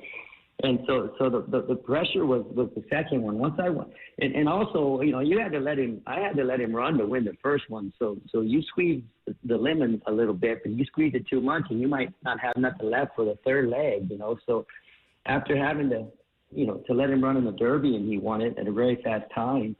I needed to win the Preakness, but win it without hitting the bottom of him and saving something for the third leg, and I was able to do that. You know, I made it just a little bit too close, to be honest with you, but all in all, I timed it pretty good where I won by about a neck, and I didn't take a whole lot out of him. And so it was so foggy. Bob said, "Man, was he getting tired? Was that all he had?" I said, "You kidding me?" I said, "Yeah, I could have won, but but further if I'd asked him running off that turn a lot more, I was trying to gauge it. I said, I know it's a little close." He said, "Well, that's a little too close." I said, "Yeah, I know, but guess what? We're taking a picture, man. We're all right." And I just felt all along I've been blessed to have been around a few people going for the Triple Crown. I've seen how crazy it could be and how the pressure could get to you. And I wasn't about to and I'm a man of faith, man. I put it in God's hands. I prayed and I put it in his hands. And I just wanted to really enjoy the moment. And if you'll watch me, I got a smile on my face going into the gate. I had to keep telling myself to get it off. I couldn't get that smile off your face, man. The race ain't even started yet. I mean, I just felt that good. It really was. And of course, once you hit the wire, and it's a moment like I just really can't describe. It's the most humbling feeling that I've ever felt in my life. And probably you'll never feel it again unless you're blessed enough to pull it off again, So fascinating. So fascinating. Do you think that we will ever see a Triple Crown winner again? Yeah, they keep pulling the horses and.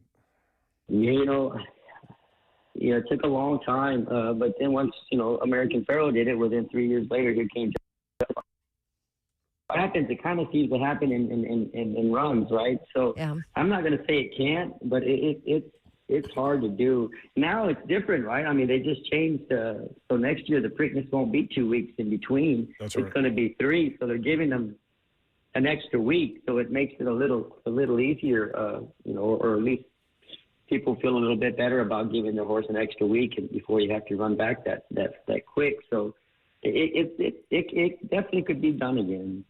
But it's going to take it takes an extremely talented horse that's way above average. He's got to have the intellect, the talent, the soundness, the ability, the stamina, man. I mean, it's hard. They keep running fresh ones at you. I mean, it's a hard thing to do.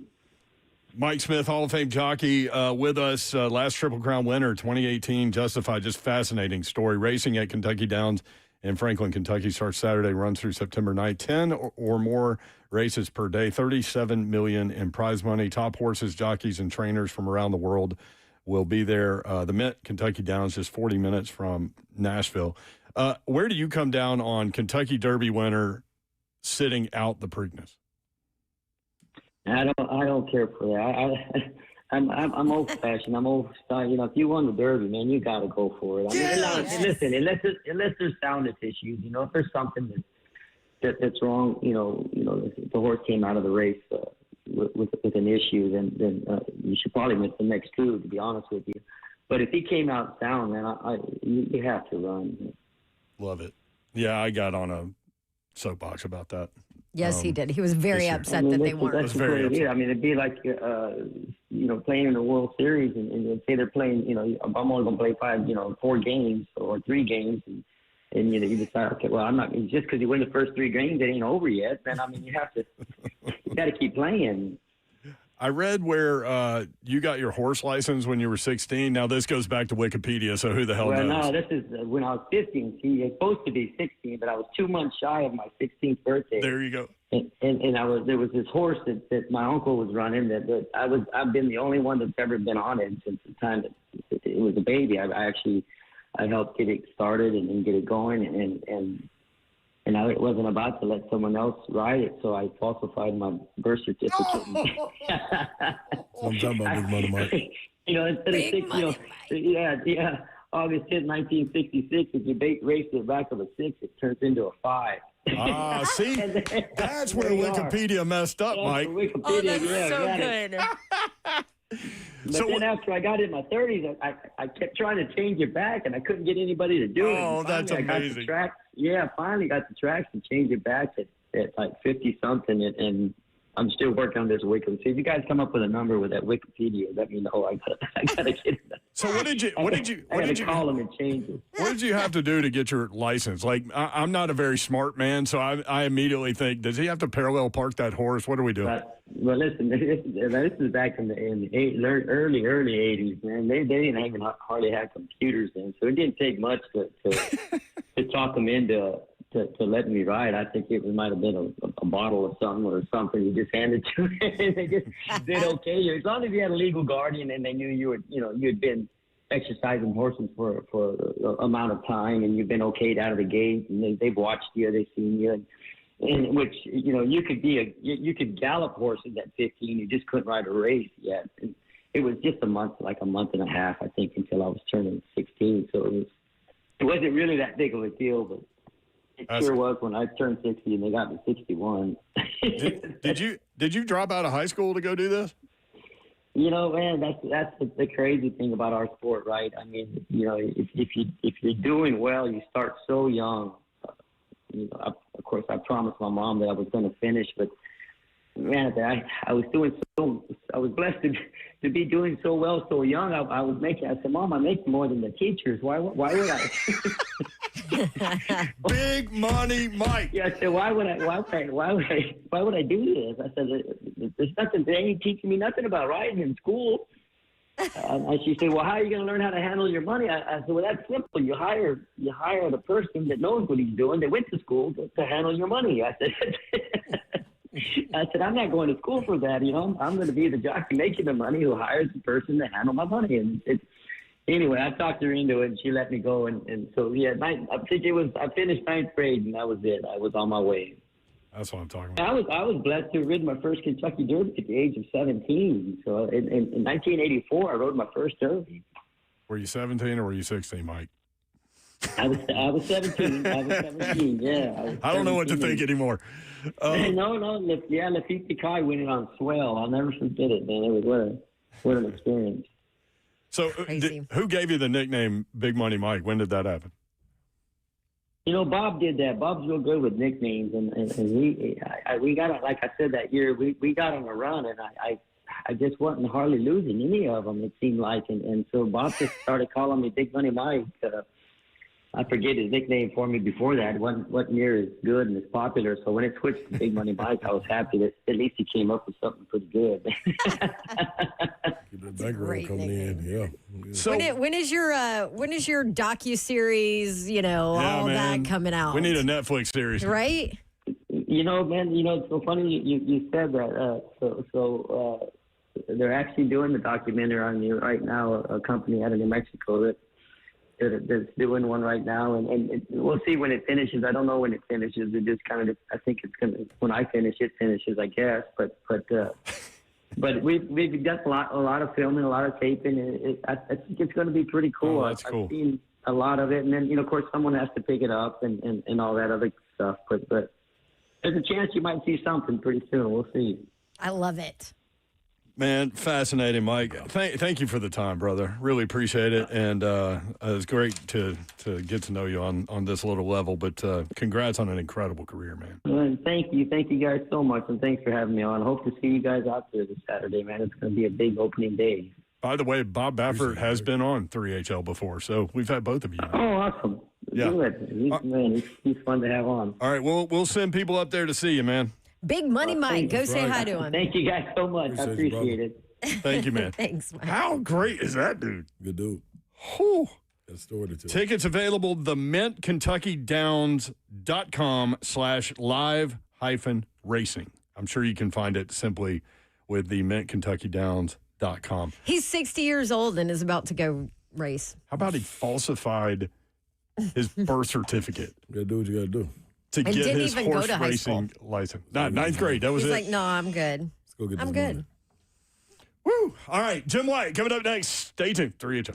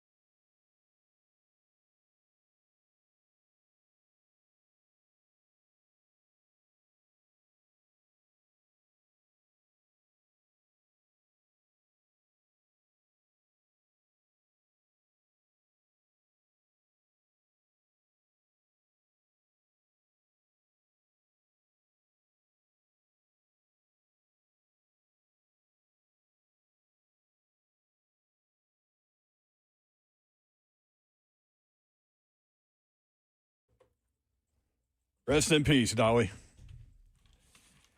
If you tuned in maybe during that conversation and want to hear the rest of it, you can go online, 1045thezone.com, look for the podcast section, click on 3HL, and you'll find Mike Smith there shortly. Fascinating guy. I mean, the guy's made almost $400 million racing horses. What about the line when he told his mom he was dropping out of high school in the 9th grade? I make more than the teacher. I mean, that's real. What are you going to come back with? Amazing. Jim Wyatt joins us now to talk Titans football. Jimmy, what's up? Not too much. How you guys doing? Doing well. On the practice field, I told you we were going to have Mike Smith on, and you said your dad was a big fan of his. Oh, my dad loved horse racing, and he loved Mike Smith. Very familiar with him. My dad I can say it now, but my dad was on when he was working on the bench, a lot of times he'd sneak out of the court early, or at least when he was done for the day. Well, he wasn't sneaking out of court, but instead of coming home, he'd drive up to what used to be Dueling Grounds, which is now Franklin Downs now, and he'd place bets on all the races. He didn't do it online, but he placed bets on the races, and he'd watch TVG, he'd watch the horse racing channel, and watch the races. He'd go up there for every Derby and Belmont, Preakness. He knew all the jockeys, all the trainers. Had a Bobby Baffert bobblehead on his mantle above him, and I had a Secretariat poster in my room as a kid. So I grew up in a horse racing family. My dad loved certainly Mike Smith and was enamored by horse racing in general. Go back and listen when you get a chance. I think you'll enjoy that. He talked about the Triple Crown in 2018, and great story. He said he held back in the Preakness because he felt so good about the Belmont. He didn't want to overdo him in the Preakness. And then Bob Baffert, his trainer, said, man, cut that one a little too close. And he said, well, we're still here taking the picture, aren't we? Yeah. So, yeah, go back and listen when you get a chance. Hey, let me start with Anthony Hill Jr., highest graded rookie from preseason week 2. PFF graded him out at 92.3. Starting to pop a little bit, isn't he? Yeah, and I think everybody thought he would because he was such a good player in college, and it was just a matter of just how much time he was going to need, where he was going to start making plays here, and he's already doing it. I think the thing now, and Gus Bradley talked about it today, is just consistency. I mean, He's made some wild plays. He had a couple of great plays out here today at practice. He made some good plays in the preseason game. He's a very excitable, enthusiastic kid, knows the game, knows all the players across the league, wants to be great.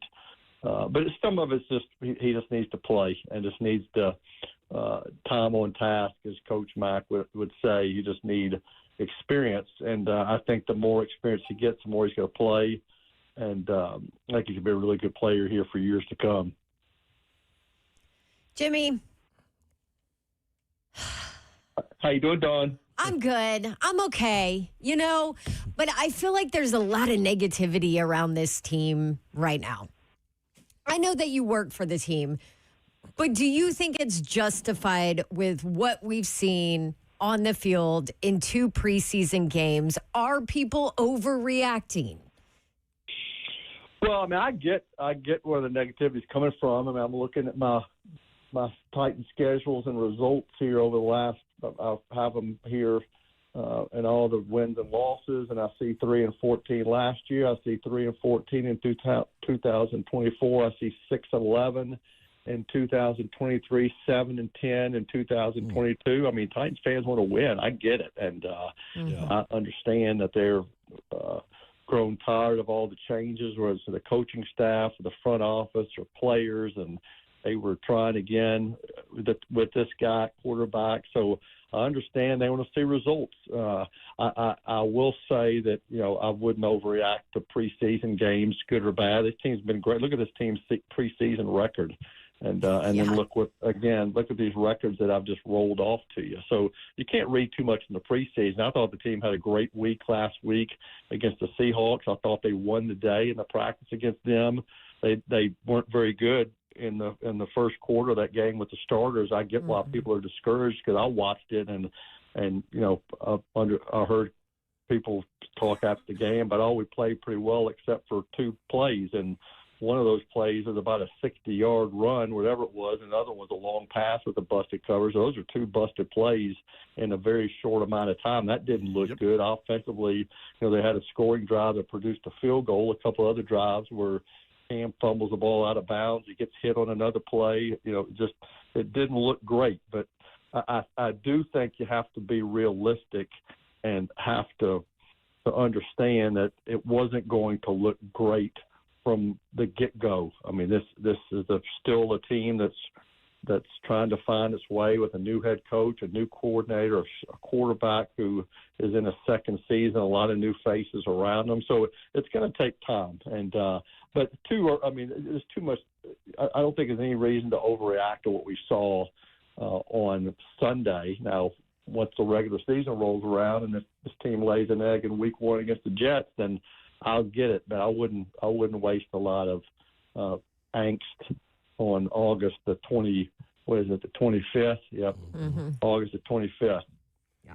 Jim White, TennesseeTitans.com with us. Jimmy, the messaging, do you think the messages are getting through to this group? I feel like they are absorbing it, but are they transferring the message to the field in practice and in the games as well?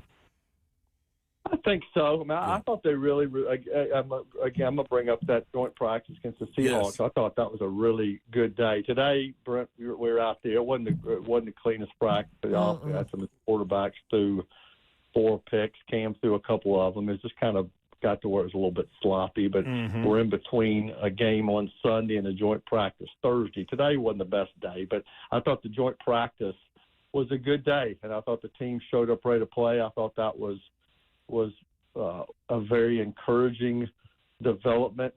And I think now what we're in is a situation where, again, you're heading into the preseason finale.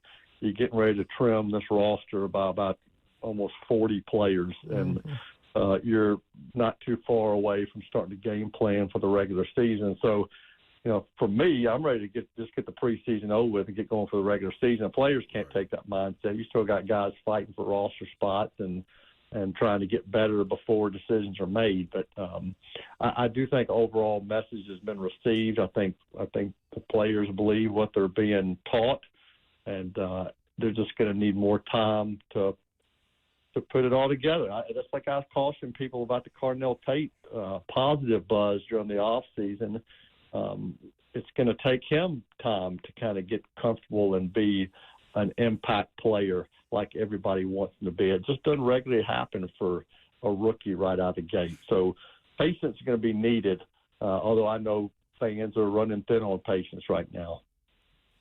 Jim White, TennesseeTitans.com. All right, so rosters down to 53. Sunday. What's the deadline? Sunday? Sunday, yes, Sunday, yeah. And then practice squad Monday. So what are you most intrigued by positionally in terms of battle? Yeah, I mean, I just think numbers. I mean, I don't look at player battles as much as I do. Do you keep 4 running backs? Do you keep 4 tight ends? How many guys you're going to keep at each spot? I mean, you could make a case for there's a whole bunch of bubble guys, and the thing now is if those guys don't make the 53, they're probably coming back on the practice squad. They'll be here one way or the other.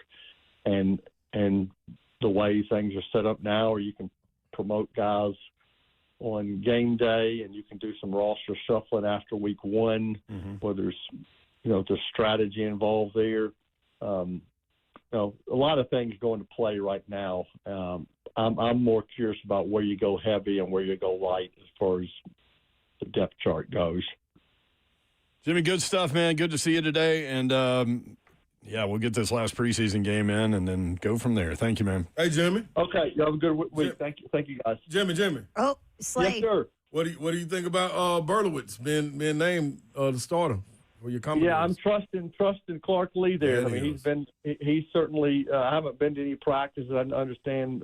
I was excited about Jared Curtis, but I also know what kind of leap that is going from Nashville Christian to playing college football. And if Clark Lee thinks he needs more time, then I certainly trust that he's making the right decision. And so riding with Big Blaze, and hopefully he can go out with a blaze of glory here against Austin Peay. Oh, I like it. I love it.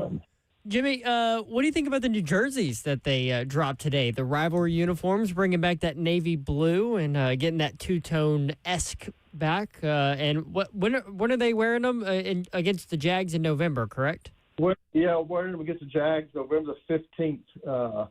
So that'd be different. I mean, there's been a lot of uniform talk, and I get it. I thought the uniforms looked great, on Sunday night. And these rivalry uniforms look great, but this uniform enthusiasm only gets you so far. You got to start winning some games, and people I know, fans are tired of hearing how good the uniforms look. They want to see the team play well. So I'm excited about the uniforms. I want more than anything to see this team play well in these uniforms. When's the Britches report coming out for this weekend? Coming out tomorrow. Okay. I don't want to overshadow the rivalry reveal with the Britches report today, so I'll give it a day to breathe. Smart, Jimmy. Smart. Thank you, Jimmy. Good stuff, man. Okay, y'all have a good one. Jim Wyatt, man. Woo. We've known that dude for both of us like 30 years. Jim Wyatt covered high school sports when Slay was rolling over there at Pearl. When we come back, I'm going to ask Dawn a question. 3HL 104.5 The Zone.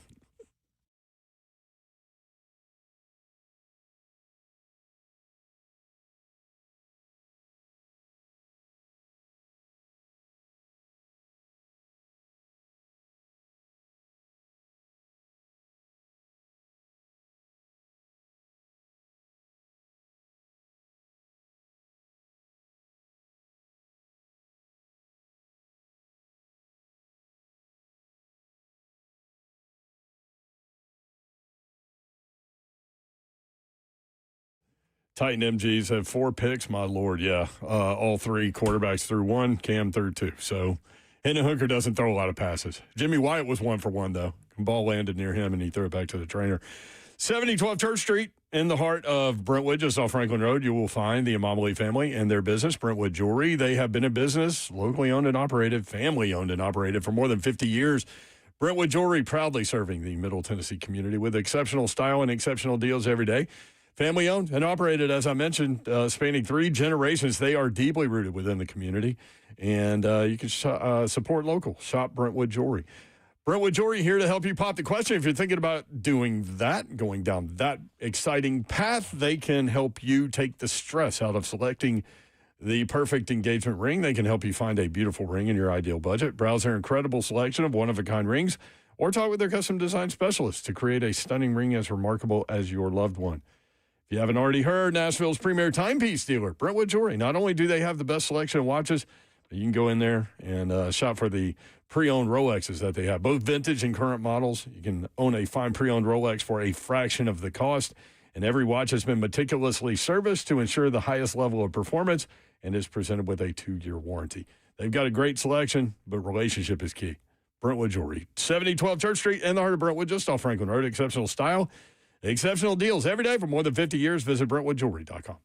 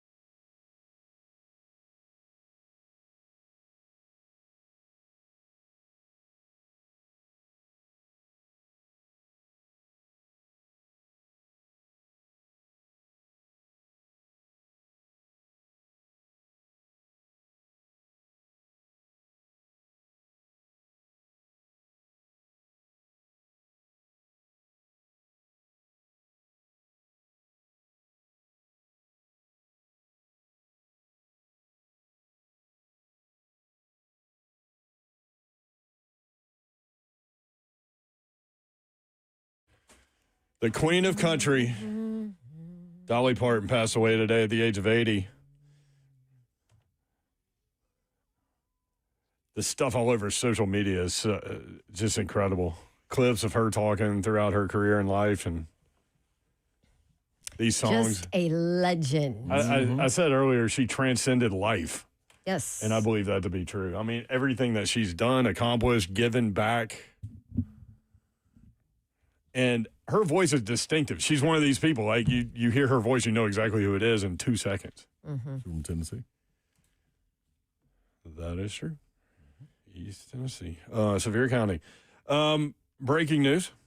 Former NFL running back Anthony Hankerson has officially entered the NCAA transfer portal. What are we doing? Well, guess what? He ain't playing in the Big Ten. That is true. And my guess is not the SEC. He's going to waste his time on the SEC. Yeah, my guess is the SEC is next, and Lane Kiffin and LSU have said that they would fight it. Yeah, I don't think there's anything they can do about it now. Like, I think it's starting now kind of thing. Is You know? there anybody less liked than Lane Kiffin right now? Yeah, he should embrace it. It is. Who? Will Wade. Mm-hmm. And they're both there. And they're both Hey, at Tim, LSU. Tim Mulkey's not some, stuffed animal that you keep on your bed. That was a weird description. But, I mean, I felt it when you said it, though. She's prickly. She's prickly. I mean, out of all three of them, she's in the best light. So, Lord have mercy. I'm still getting messages about big money Mike. Mike Smith, last Triple Crown winner, was on the show at 4 o'clock. And somebody in the chat brought up a great idea. There it is, Tim Compton. Don, tell him the story about the police horse. Oh. We were in New don't England. touch the horse. We were in New England. jerk. And you and Mickey Ryan. Don't pet the horse. That's pet. It was you, Mickey Ryan, and Madison. Yes. Maddie, and who's now all over ESPN. It's funny. She's very talented. But, yeah, you guys got accosted by a cop on a horse? Uh-huh. Jerk. What were y'all doing? Nothing. Absolutely nothing. We were trying to cross the street. So you were jaywalking. Entire streets closed down, for the record, outside of the stadium. You've had a ticket for jaywalking before. I have at freaking in Athens, University of Georgia, in my Auburn gear. Shocker. Yeah. They'll get you. That was also the year that Auburn people, we won, and Auburn people stole the hedges. That was real. Yeah. Might as well. So they're like, let's Y'all give don't her a jaywalking Y'all don't ticket. need these. It was expensive too. Anyway, so we went to cross the street to get into the stadium, and we were, I guess, 10 feet away from the crosswalk, and the officer on the horse was like, "What are you doing? That's not where you cross." I love your Boston accent. I was like, okay. And so I was like, okay, where do we cross? And he's like pointed 10 feet away. And I was like, okay. So whatever, we go to cross or whatever. And he goes, and you go in down there and don't pet the horse when you walk by. I was like, wow. Why would you pet the horse? I don't know. Did I look like a horse petting southerner or something? I guess. I don't know. Like petting horses. I feel like Mickey Ryan might have petted pet the the horse. horse. Yeah. I mean, it was that deep, thick accent to it. Don't pet the horse when Yeah, you that- walk by. Like those cops up there, they're not very jovial type people. Oh, you think? I mean, that was something. You know what else is something? Fernando Carmona. Hey, y'all are going to want to hear this. We're going to go in the time machine. We're going to go back to practice, and we're going to go to Yorl and Slay with Fernando Carmona. You're going to want to hear this conversation. That's coming up next. Stay tuned. 3HL 1045 The Zone. Don't pet the horse.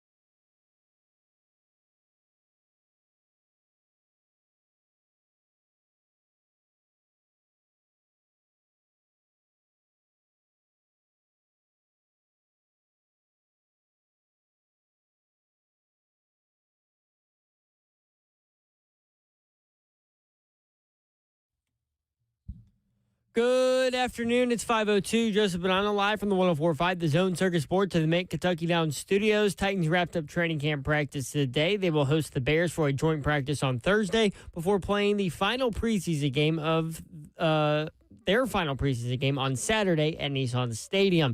Titans were also one of 8 NFL teams to unveil their new rivalry uniforms today as they go with an all-navy look, two-tone blue uniform, which they will wear versus the Jags on November 15th. In college football news today, Tennessee linebacker Arian Carter had his suspension reduced from 2 games down to 1. Athletic Director Danny White announced today Carter will now only miss a season opener versus Furman. And Vanderbilt has wrapped up their quarterback battle as it has announced that senior quarterback Blaise Berlowitz was named the starter over highly touted 5-star freshman Jared Curtis. And in somber news today, Tennessee and country music legend Dolly Parton passed away at the age of 80 years old, her family announced earlier today. For our foundation repair waterproofing needs, you need to visit USSTN.com. Breaking news at once on your home for the Titans and Vols. This is 104.5 The Zone.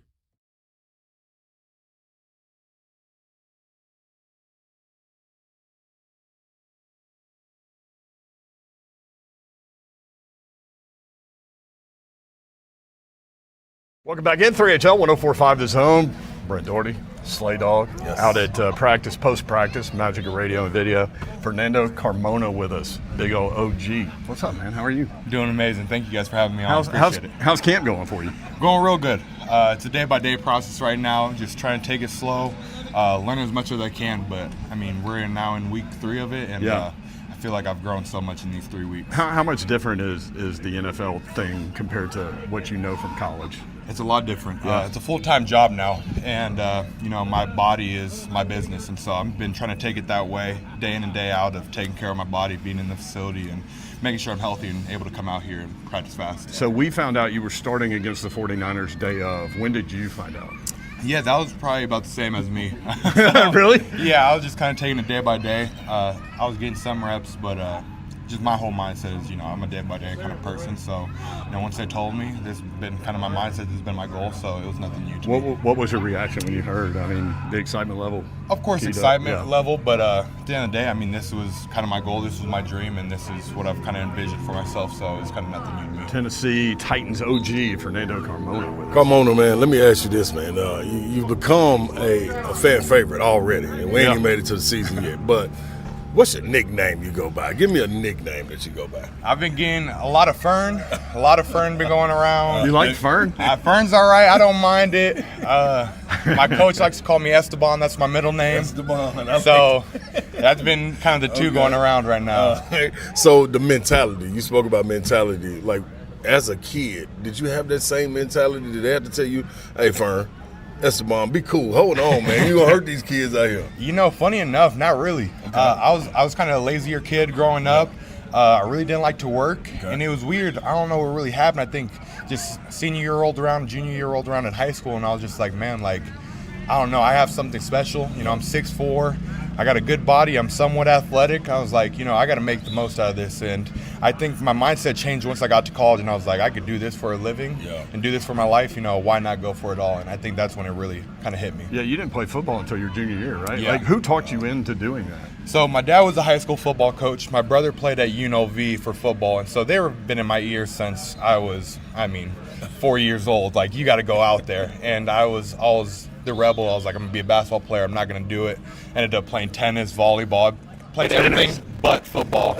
And then finally my junior year, I was like, I can't keep fighting this battle. So I went out there. I told them I was only going out for 1 week. Yeah. And that 1 week I had the most fun of my life. And I was like, all right, we're playing a full season. Tennis and volleyball. Right? And now he's here. Now, you talk about being O-line. How did that come about? And then going to Arkansas with an O-line coach as the head coach. We love Sam Pittman. So we love what was him, that relationship like too?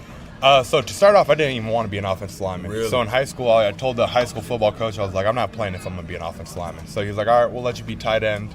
Played 1 season. Senior year was COVID, and then San Jose was the only school calling me, and they're like, if you're coming here, you're an offensive lineman. So I was like, all right, fair. Yeah. I'll do it. Free school, living in California, so I did it. Yeah. That first year was awesome. Had my first 3 years in San Jose, and then after that, like you said, went to Arkansas with Sam Pittman, and he was so much fun, man. Just everything I learned from him, the person he is. Me and him still talk to this day, and he's really proud of me. We had him on the show the year before he left Arkansas, and there was all this talk, hot seat and all this stuff. And I asked him about it, and he's like, "Oh hell, I don't care." And that told me all I need to know about him. And that was his mindset of it all, man. He was like, "I'm gonna still show up to work. They can say what they want to say, but I'm gonna be the same me." And that's what I always respect about him. He was very real, and one of my favorite coaches of all time. Now, you're at the Titans now. How is it being able to work with a guy like JC on your right side, who's a little younger but a vet amongst this team, and then Sloat? You got him on the inside. Like, what is that like? Yeah, our room has been awesome to me. Obviously those two guys I'm playing next to right now, so they help me out a ton. But even guys like Volson, he's helping me out. He's been in the league for, I want to say, 4 years now. He's seen a lot of football. And then you got Peter, the highest paid guard. So, I'm surrounded by a lot of amazing people, and I'm just trying to soak it in and day out, because there's a lot of knowledge with them. And if I keep listening to them, then good things will happen. Walk us through that first rep against San Francisco in the preseason game. Tony Pollard goes for 12 yards. You and JC, maul a guy and then go maul other guys. That had to feel good. Yeah, no. When I'm working combo blocks with JC, honestly, I could, as long as I'm in place, I don't really need to do much. He's going to do most of the work. And so that's just been kind of, my mindset is let me get good leverage on this guy. Yeah. And then once JC goes, we know we're going to get some type of movement. So it's fun working with him. He's a dog, and I know when we're in run blocks, we're going to get movement. Is that the funnest part of the game for you, or you get the most excitement out of it when you're firing off and running and hitting the second level and things like that? 1,000%. The run game's awesome. I think any offensive lineman will say that. Anytime you don't have to drop back and pass protect against Jeffrey Simmons, it's a good day, Yeah, that's right. That's right. I can dig that. My brother's offensive line, Ramon Foss, who does Titans Radio. So I've been able to watch those guys. Tell me about the O-line, unique as a group. I understand you guys in the room, but how off the field has that carried over and kind of led to some guys coming together? Yeah, it's been really cool, man. Obviously, we've had a bunch of team dinners as offensive linemen. You got to eat together. You got to break bread. How big are those bills? Oh man, I don't know. I haven't seen it yet, but I know it's coming. You don't play credit card roulette? No, I'm not there yet. We just leave it up to Pete. But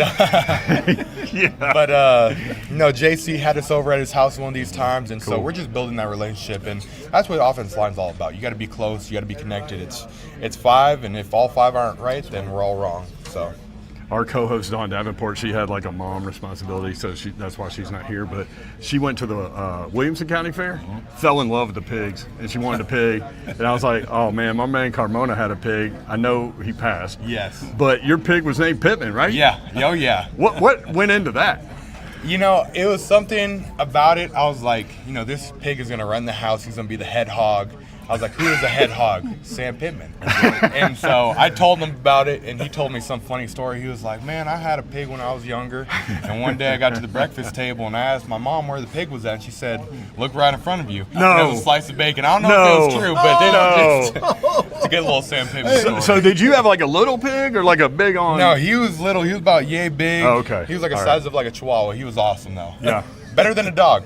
Wow. Yes, it sounds crazy, but they're way better than a dog. You just think the mental images are so dirty and everything. No, man. He loved to be bathed, so we did have to bathe him at least once a week. But he didn't mind it at all. Yeah. You throw him in the bathtub and double ball. Oh yeah. Now you coming out of 2 preseason games. You got a joint practice coming up. Individually, what are you looking to gain? What's your next step that you feel that you can work on? Then coming up in this next joint script. Yeah, I think right now I've had a good past week of working on my pass game in my hands. Yeah. I feel like I've grown on that a lot. And now I think I need to get my run game back to where it was earlier on in camp. Okay. I feel like I've been big, hard focus on pass, so I'm going to try to transition this last week into run and really being able to be sturdy, getting my feet down, and then just driving blocks. So that's kind of my big process going into this week. I started to ask you about how different joint practice is because we ask everybody that. But you go against Big Jeff a lot, so yeah. Talk about that experience, if you don't mind, about going against that guy like that. Yeah, no, it's awesome. I've been fortunate enough when I got to college, I had a really good defensive end going up against me. He was Mountain West Player of the Year. When I got to Arkansas, I had Landon Jackson, third round pick to the Bills, and now I get here and it's like I got one of the best D tackles, and so that's really how I've grown. Obviously, there's gonna be growing pains in these practices. I'm gonna get beat, but that's what makes me better. And as long as I can keep that mindset of staying positive, I know I'm going to be well off. Fernando Carmona with us on 3HL. How you digging Nashville? Oh, I love it, man. You do? Me and the lady are having a great time out here. We're just soaking it in day and day out. Obviously, we're in camp right now, so the grind's going. But this past summer, we had a good time. We went down to Pigeon Forge for a weekend and went to Dollywood, and it was a good time. Yeah. Stuff right there, man. So what do you do at Pigeon Forge? You do like go-karts? No, went down, we did Dollywood, and then we just stayed in a cabin. It was really just like relaxing. I got you. Drink some wine. Yeah. Look on the outlook. It was a good time. So what do you do outside of football? Like, what do you enjoy to do? Really, I mean, when I'm out, it's a lot of just relaxing, spending time with the lady, and then really just catching up with friends. I got a lot of high school, college buddies I like to call, especially, I mean, because the grind never really stops in football. Even when you're off, you know, there's something that you got to do for your body or get stronger. So really, whenever I have time, I try to call my friends and keep up with all my boys. Biggest agitator, and I'm going to leave it at this one. Biggest agitator, not on the D-line, but maybe one of these pesky linebackers that's always trying to shoot the gap or something. Who's the biggest agitator that you got to keep your head on the swivel for? Are you talking about on our team? Your team, yeah, your team. You know, I'll probably say Cody. Okay. Cody, you know, he's going to like to come up, and I don't know if I'm a rookie or what it is, but, you know, he likes to just sometimes just kind of trying to come up and pop me and test me, and but I respect that. I enjoy that, so I'll probably say Cody. Okay. Love it. Good stuff. Fernando Carmona, 3HL. All right, more next on 104.5 The Zone. Right now.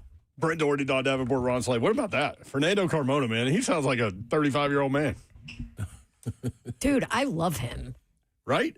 Like he's Veteran mindset. Veteran, the things he said. Very self-aware, too. Very self-aware. The talk about, getting back to run game work and talking about his hand, like just the technical part of him, like letting you guys in on where he is too, just top to bottom. And then the personality, other stuff, I mean, that's off the charts. That's one of the people that when Mike called in venting yesterday, when he was talking about give our O-line time to jail, that's one of the pieces for it. Those are the kind of people you need JC to be him. Skoronski to be him. You need a rookie like this to be able to come along that you can find a diamond in the rough and you create something with him. Right. And then you fill in the other two. Pick. Like, you know what I'm saying? So this is it's a process to it. And it's part of it. I mean, he's raw. Yeah. Like, dude didn't even start playing offensive line till what, college? Yeah. Till college. Yeah. More. He was a tight end in high school. Right. And a volleyball player. And a tennis player. More potential than Dylan Raiders. Did you like that he had a pig named Pittman? Yes, and I would like a little mini pig now. He said better than a dog. Pittman is a cute name, too, for a little pig. Is it not? Pig, Pittman. Oh. See? Our guy. Oh, Pittman. All right, when we come back. That was awesome. Former Saints defensive lineman Xavier Harris played for Lane Kiffin at Ole Miss. Now he's leaving the Saints to play for Kiffin at LSU. Funny thing is that Harris ripped Kiffin when Lane left Ole Miss for LSU. That was that guy. Yep. Jeez. Chris Lowe put out a tweet. I'll read it. We'll come back. 615-737-1045.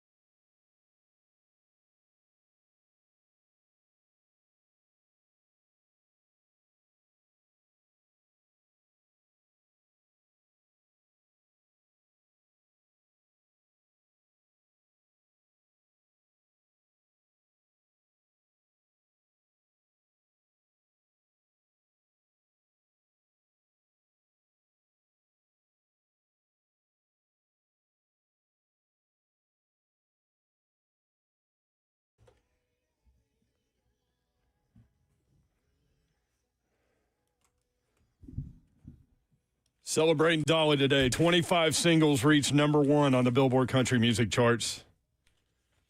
11 Grammy Awards, 3 Emmy Awards, 6 Golden Globes, a Tony Award, nominations for 2 Academy Awards. Born in a one-room cabin in Sevier County. 4 of 12 kids. Amazing impact. She was something, man. Amazing impact. This Rest in was peace, Dolly. actually, this specific version of this song is actually the last performance she had with Kenny Rogers. Oh. Of this song. Gotcha. 615-737-1045.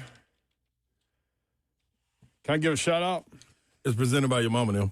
Shout out to Nashville SC. They have put down the best 21-game start in MLS history. They are 15-2-4. They host FC Cincinnati Saturday at 7:30. Props to the boys in gold. They've been kicking butt. Handling business. It's crazy. Historical run is what they're on. Best 21-game start in MLS history. Former Saints defensive lineman Xavier Harris played for Lane Kiffin at Ole Miss. Now he's leaving the Saints to play for Kiffin at LSU. Funny thing is, Harris ripped Kiffin when Lane left Ole Miss for LSU. Chris Lowe from On3.com tweeted, a lot of irony here. Harris ripped Kiffin after the Sugar Bowl last year and told On3, among other things, that Ole Miss saw, quote, how a real head coach is supposed to be, end quote. Oh, my gosh. After Pete Golding took over. Harris said Kiffin's departure felt like a, quote, slap in the face, end quote, and was especially upset upon hearing Kiffin was interested in joining the ESPN broadcast during that game. Harris fumed, quote, that's what Kiffin tried to do. He tried to be a damn announcer, trying to be a troll. We're going to troll him. We got something for him. He was just trying to steal our shine. That's all he tried to do. That's all he's been trying to do, end quote. Oh, and now he's going to go play for him. At LSU. You hardly eye roll ever, but you eye roll on all of these stories. Like, come on, man. Well, like, everything is a Shiano show around them. The players, too. Also, where's your respect for yourself? He You're don't going to care. go off and say all that? Now you're going to go play for the guy again? Yeah. Be bought. Yeah, because he's like, hey, man, how much you need? So, yeah, okay, we got you. Yeah. Oh, yeah, I ain't say all Oh, right. yeah, now I love you, bro. I was just Yeah. playing. Just play it. You wasn't trying to steal no shine. I mean, that wasn't just a little. No, he went all that was a in. whole bunch. He a whole went bunch of all stuff. in on him. See that, and that's why you take a grain of take what people be saying sometimes with a grain of salt when they're in the moment like that. He's just talking. Well, Lane Kiffin was talking. He was asked about recruiting NFL players and said this. A group of players were granted a 5th year of eligibility around the country in multiple sports. And through them winning their injunction and entry into the portal, they're available to recruit. And so ourselves, like many places around the country, are recruiting them. And at the end of the day, you know, because of these rulings, they're either going to play for you or they're going to play somewhere else around the country. So we've made a decision to recruit them, like probably most people are. He's not wrong. It goes back to... No, that part's not wrong. No, it goes back to the same thing I thought with Scott Drew at Baylor for basketball, Nate Oates with Charles Bediako. The problem is not film. The problem is the people that's allowing him to do it. Yeah, exactly. Which would be, it falls under the NCAA. Now, you have people coming out pushing and saying, hey, man, well, all it takes is the chancellors and everything it takes them to step up and say something about it, and then it'll stop. But at the same time, it's like, why we got to step up and say it? Don't you run this whole situation? If y'all want us to say it, why don't y'all move out the way, NCAA? Yeah. And just let our conferences take care of everything. Y'all don't do nothing. All y'all got is basketball. The Big Ten is trying. Like, this is ridiculous, man. Yeah, The Big Ten is trying. They said absolutely not. If you have played in the NFL, what are their penalties, too? They announced put some penalties strict today. penalties on coaches who allow a player who has played in the NFL to play in a Big Ten game. It's like a, 6-month something? I don't know. Hey, I like it. I mean, they went hardcore. Like, this is not happening in our conference. They took a stand. Speaking of the Big Ten, a couple of coaches commenting. Ryan Day sharing his perspective on NFL players returning to college football. If there are teams that have some players out there who are cut from NFL rosters that are going to be on other teams, we have to at least consider it and look at it. Do I like anything about it? Absolutely not. But we got to do what's right for Ohio State. So it's sort of a day-to-day thing right now. And like anything, we're just going to try to adapt. But I think we would all agree, maybe not everybody, but that, there has to be a certain point where your roster gets locked in. Maybe not Lane. But whenever I heard that we were in a meeting and someone says, LSU just got a commitment from the Browns tight end, I said, we are certainly in a different world right now. Any teams in violation of the rule would be subject to its head coach being suspended for 50% of its remaining games, there you go, plus an undisclosed fine. The Big Ten confirmed. Wow, that's strong. That's Big Ten's been strong on this. Yeah. But Ryan Day's like, we're here to win. So if I do it to win, then we do it to win. Although not with what the conference just did. The tight end he's talking about, or the player he's talking about, is tight end Daquan Wright, who is also going to LSU, who was second team All SEC last year. Okay. and look, credit to both what him and Kiffin said. Do you remember when NIL first became a thing and Dabo Sweeney for Clemson kind of was like, I'm. No, he was completely against it for 2 years. He was against it. Yeah. And you saw what happened to Clemson. They fell. They're so far behind. They fell off a cliff, and now they're so far behind. So, these coaches, if this is the way college football is going. You know what would be hilarious, though? But this is ridiculous. It is ridiculous, but if NIL was not ridiculous. No, this is ridiculous. I agree, but if the NCAA and if college athletics is going to let this run rampant like this. And still suspend Arian Carter for a game for not going to the NFL, but thinking about going to the NFL. I don't back and fire the agent. You're right. I don't blame these coaches for reaching out and taking advantage of it when it's available because, like I said, if you're going to pull the Dabo Sweeney and try and take a stand against it when everybody else is doing it, you can get left behind real quick. Well, and to Don's point, just in case you're just tuning in, maybe you missed this story, but Arian Carter's suspension went from 2 games to 1 today. So there's that. He'll miss the Furman In other game. words, we know we're wrong, but Man, Furman's lucky, man. Who cares? Oregon head coach Dan Lanning on NFL players coming back to college football. Yeah, I think there's a lot of negatives that are involved around this. One, once you go to the NFL, to me, you're in the NFL. You don't get the opportunity to come back. 2, most of us have built our rosters, and you have a limited roster limit now. So if you invited somebody back to your team, that means you're kicking somebody else off your team, right, to match your roster limits. I don't think that's fair to the players that worked all summer, all spring, and put themselves in position to be ready to work for a team. To have somebody come back. But ultimately, it used to be once you had an agent or once you went and did the combine or once you went to all those things qualified as you were no longer an amateur, you're a professional now once you declared for the draft. So to let any of those players come back, fair or unfair to them, it's unfair to the sport. And I think it's unfair to the players that are on current teams, for those guys to be coming back. Great point. Look at Dan Lanning, just being the voice of reason. I think it's easy to be the voice of reason. Yeah, just talk about what's right. Yeah, that's right. Who's going to help you enforce it, though? That's the question. That's it. The Big Ten. Yeah, they got backing. And now everybody will follow They this. ain't going to have no choice. Yeah. Because you're going to be an outlier. Like, you're going to be the and then nobody will schedule But the you. SEC hasn't yet. Yeah, but they're having the meetings right now, too. They are. I And think when they Lane come out of is those all meetings, up in those meetings. Yeah, and I think he's going to get overruled. I think they said, 14 out of 16 so far have agreed with not letting players in. So who are the only 2? Well, obviously LSU. Who's the other one? is. I want to say, let me look at Chris Lopez. I think Texas, Chris because Lopez. they got Maybe. that offensive lineman. Yeah. Yep, it might be it. That would be it. Good call, Zeph. Lane Kiffin in the news again for a different reason. Shocker. Pete Golding responding to reports that the FBI swept through the Ole Miss facilities for bugs following Lane's departure. Hey, let's get the FBI in here. Holy cow. Let's start looking around. There's a story over the weekend that Walker Jones told about having the FBI come in through the Manning Center and sweep the room for bugs after Lane left? Just was that? I think any bowl game playoff system, obviously you're going to up security. I'm not sure that there was a hiring process of here we go with the FBI.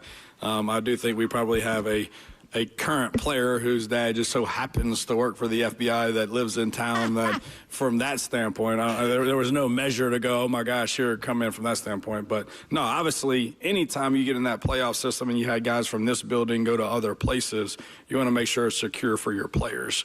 Nothing from our standpoint, but the video access and everything else and all those things that you're doing regardless where you're at.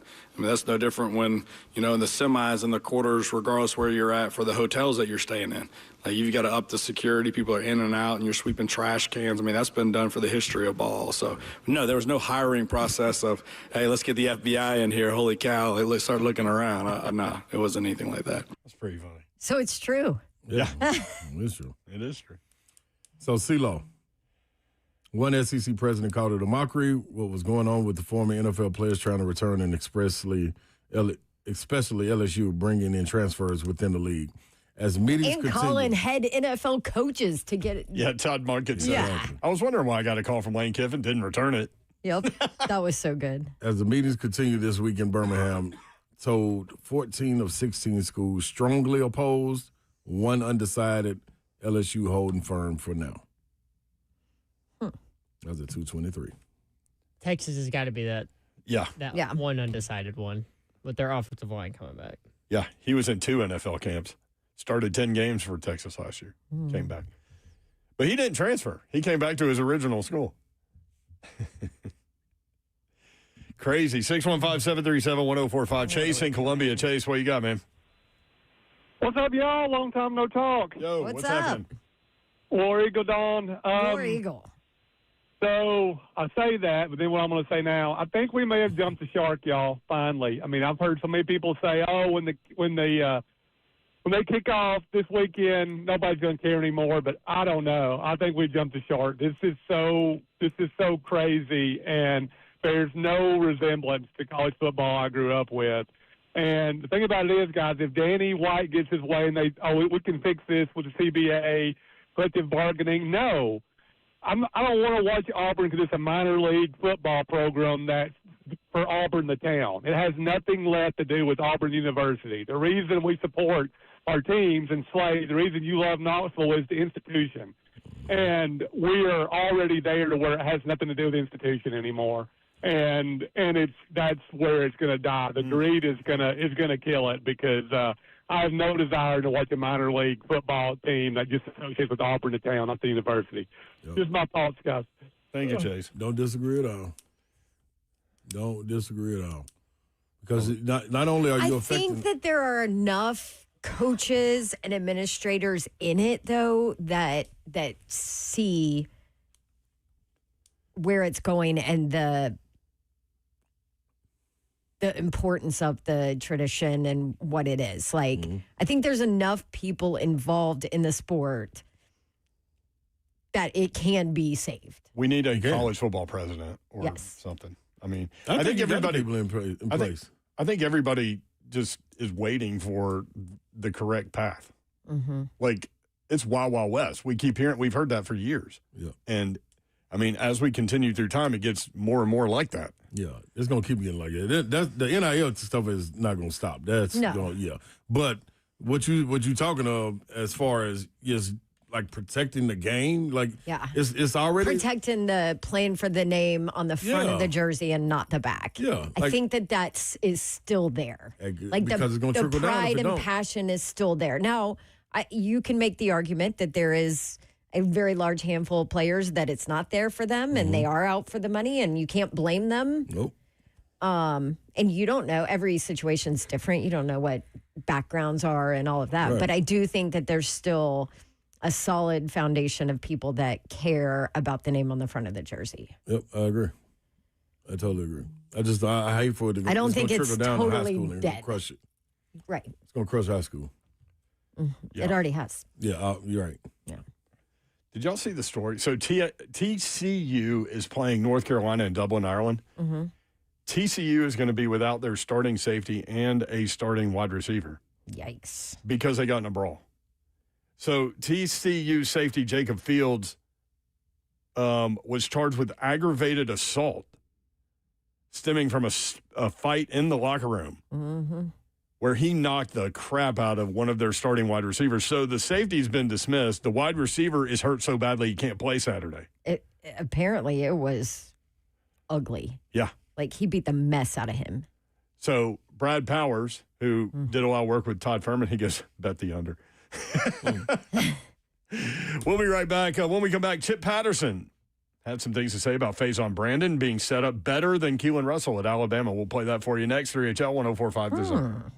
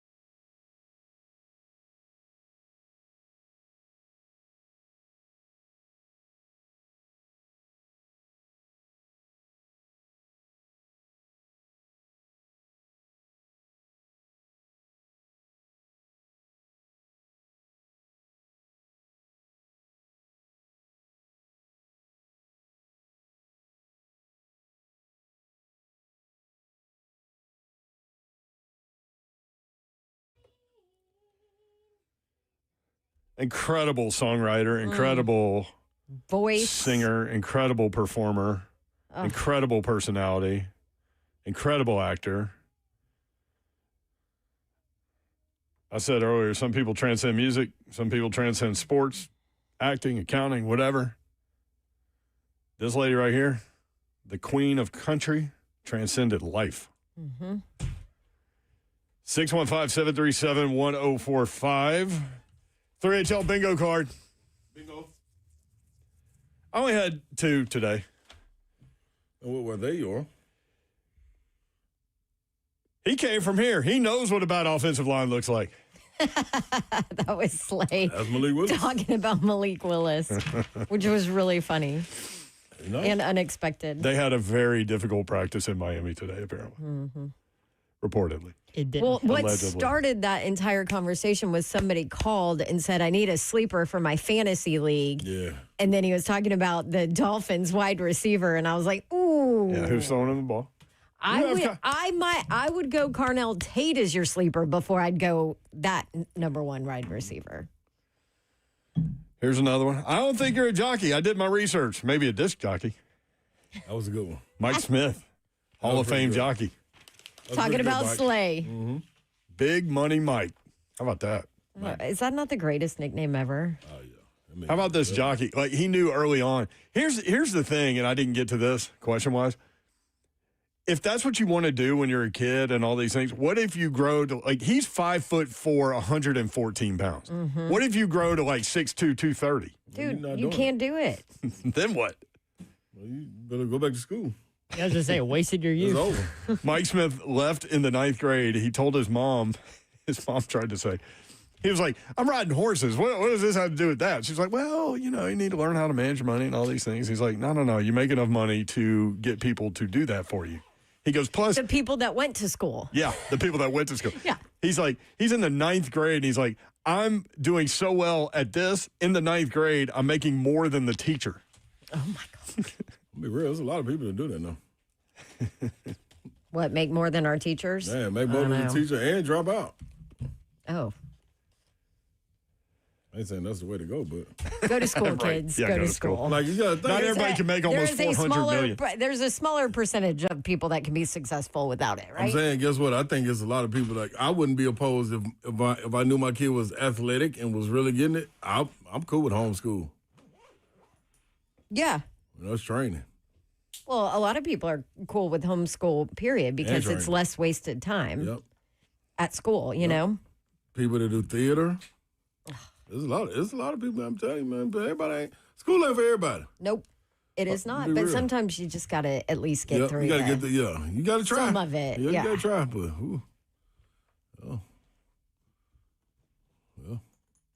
Florida named a starting quarterback. His name's Philo. Every time I read his name, Philo. Slay is in my head with Philo. I think everybody that's ever watched SEC Network and Slay on SEC Network really feels that What way. made you go down that path with him, Philon? You just did it. I have no, I ain't got no. He was just good. There's no plans to this. Train just kind of rolls, man. Somebody put the coal in there and we go. That's a good way to put it. I will say this. Every day at practice, they play Car Ain't Got No Roof. And I really think that's a shout out to Slay. I'm telling you. Because that's an old song. They saying we want it back. Apparently, the car did have a roof at practice today, huh? Oh, yeah. Wasn't that pretty? Yeah, man, I don't know. Especially last two. You know what it was like? It was like when you go to the zoo and the monkeys start throwing their poo at the window. I never had to experience that. I'm so happy. I think that'll That's scar what me. today was like. That would scar me, dog. I haven't experienced that. I do not want to experience. Now, the Monkeys gorilla don't do will that. just bend over and just projectile. See. What zoo are you going to? Tell him, Slay. They don't even throw is that, dog? They just projectile that thing. Where are they doing this at? There can't be no zoos around here, man. They doing Yeah, that, man. Nashville Zoo. Dude, we live at the Nashville Zoo with Baby Babs. You've and they never don't seen do it? that. No. What about a hippo? What does a hippo do when it's got to do Hippo. number They two? fan it. Listen, a hippo will kill you. Yeah, well, I know And that. They do that. They do both of them. Poop on you and kill you. I'd be happy about it, too. Do we got hippos here? We ain't got no hippos. Yeah. Do we? Huh? Well, they did last time I went, which was a long time ago. That's the first place I go. Hippos? Yeah. I go to Dippin' Dots. Yeah, you do. And they have your flavor there. Where were we the other day where you came up with Dippin' Dots? And I was like, how did you? I practiced. Titans practice. They had it upstairs. I asked them to. Y'all ain't got the banana split. I was like, nah. They're like, no, nobody but you likes that, Slay. I know. I'm going to give, hey, I'm They do. They have that flavor at the zoo because every time we pass by it or whatever, I'm like, oh, Baby Babs, that's Uncle Slay's favorite. Better believe it. She's like, ew. Oh, Baby Babs. She just like, hey, I got to give it to her. I told Kirby with an eye the story the other day about how what was it, the Polynesian sauce you saved at Chick-fil-A? Mm-hmm.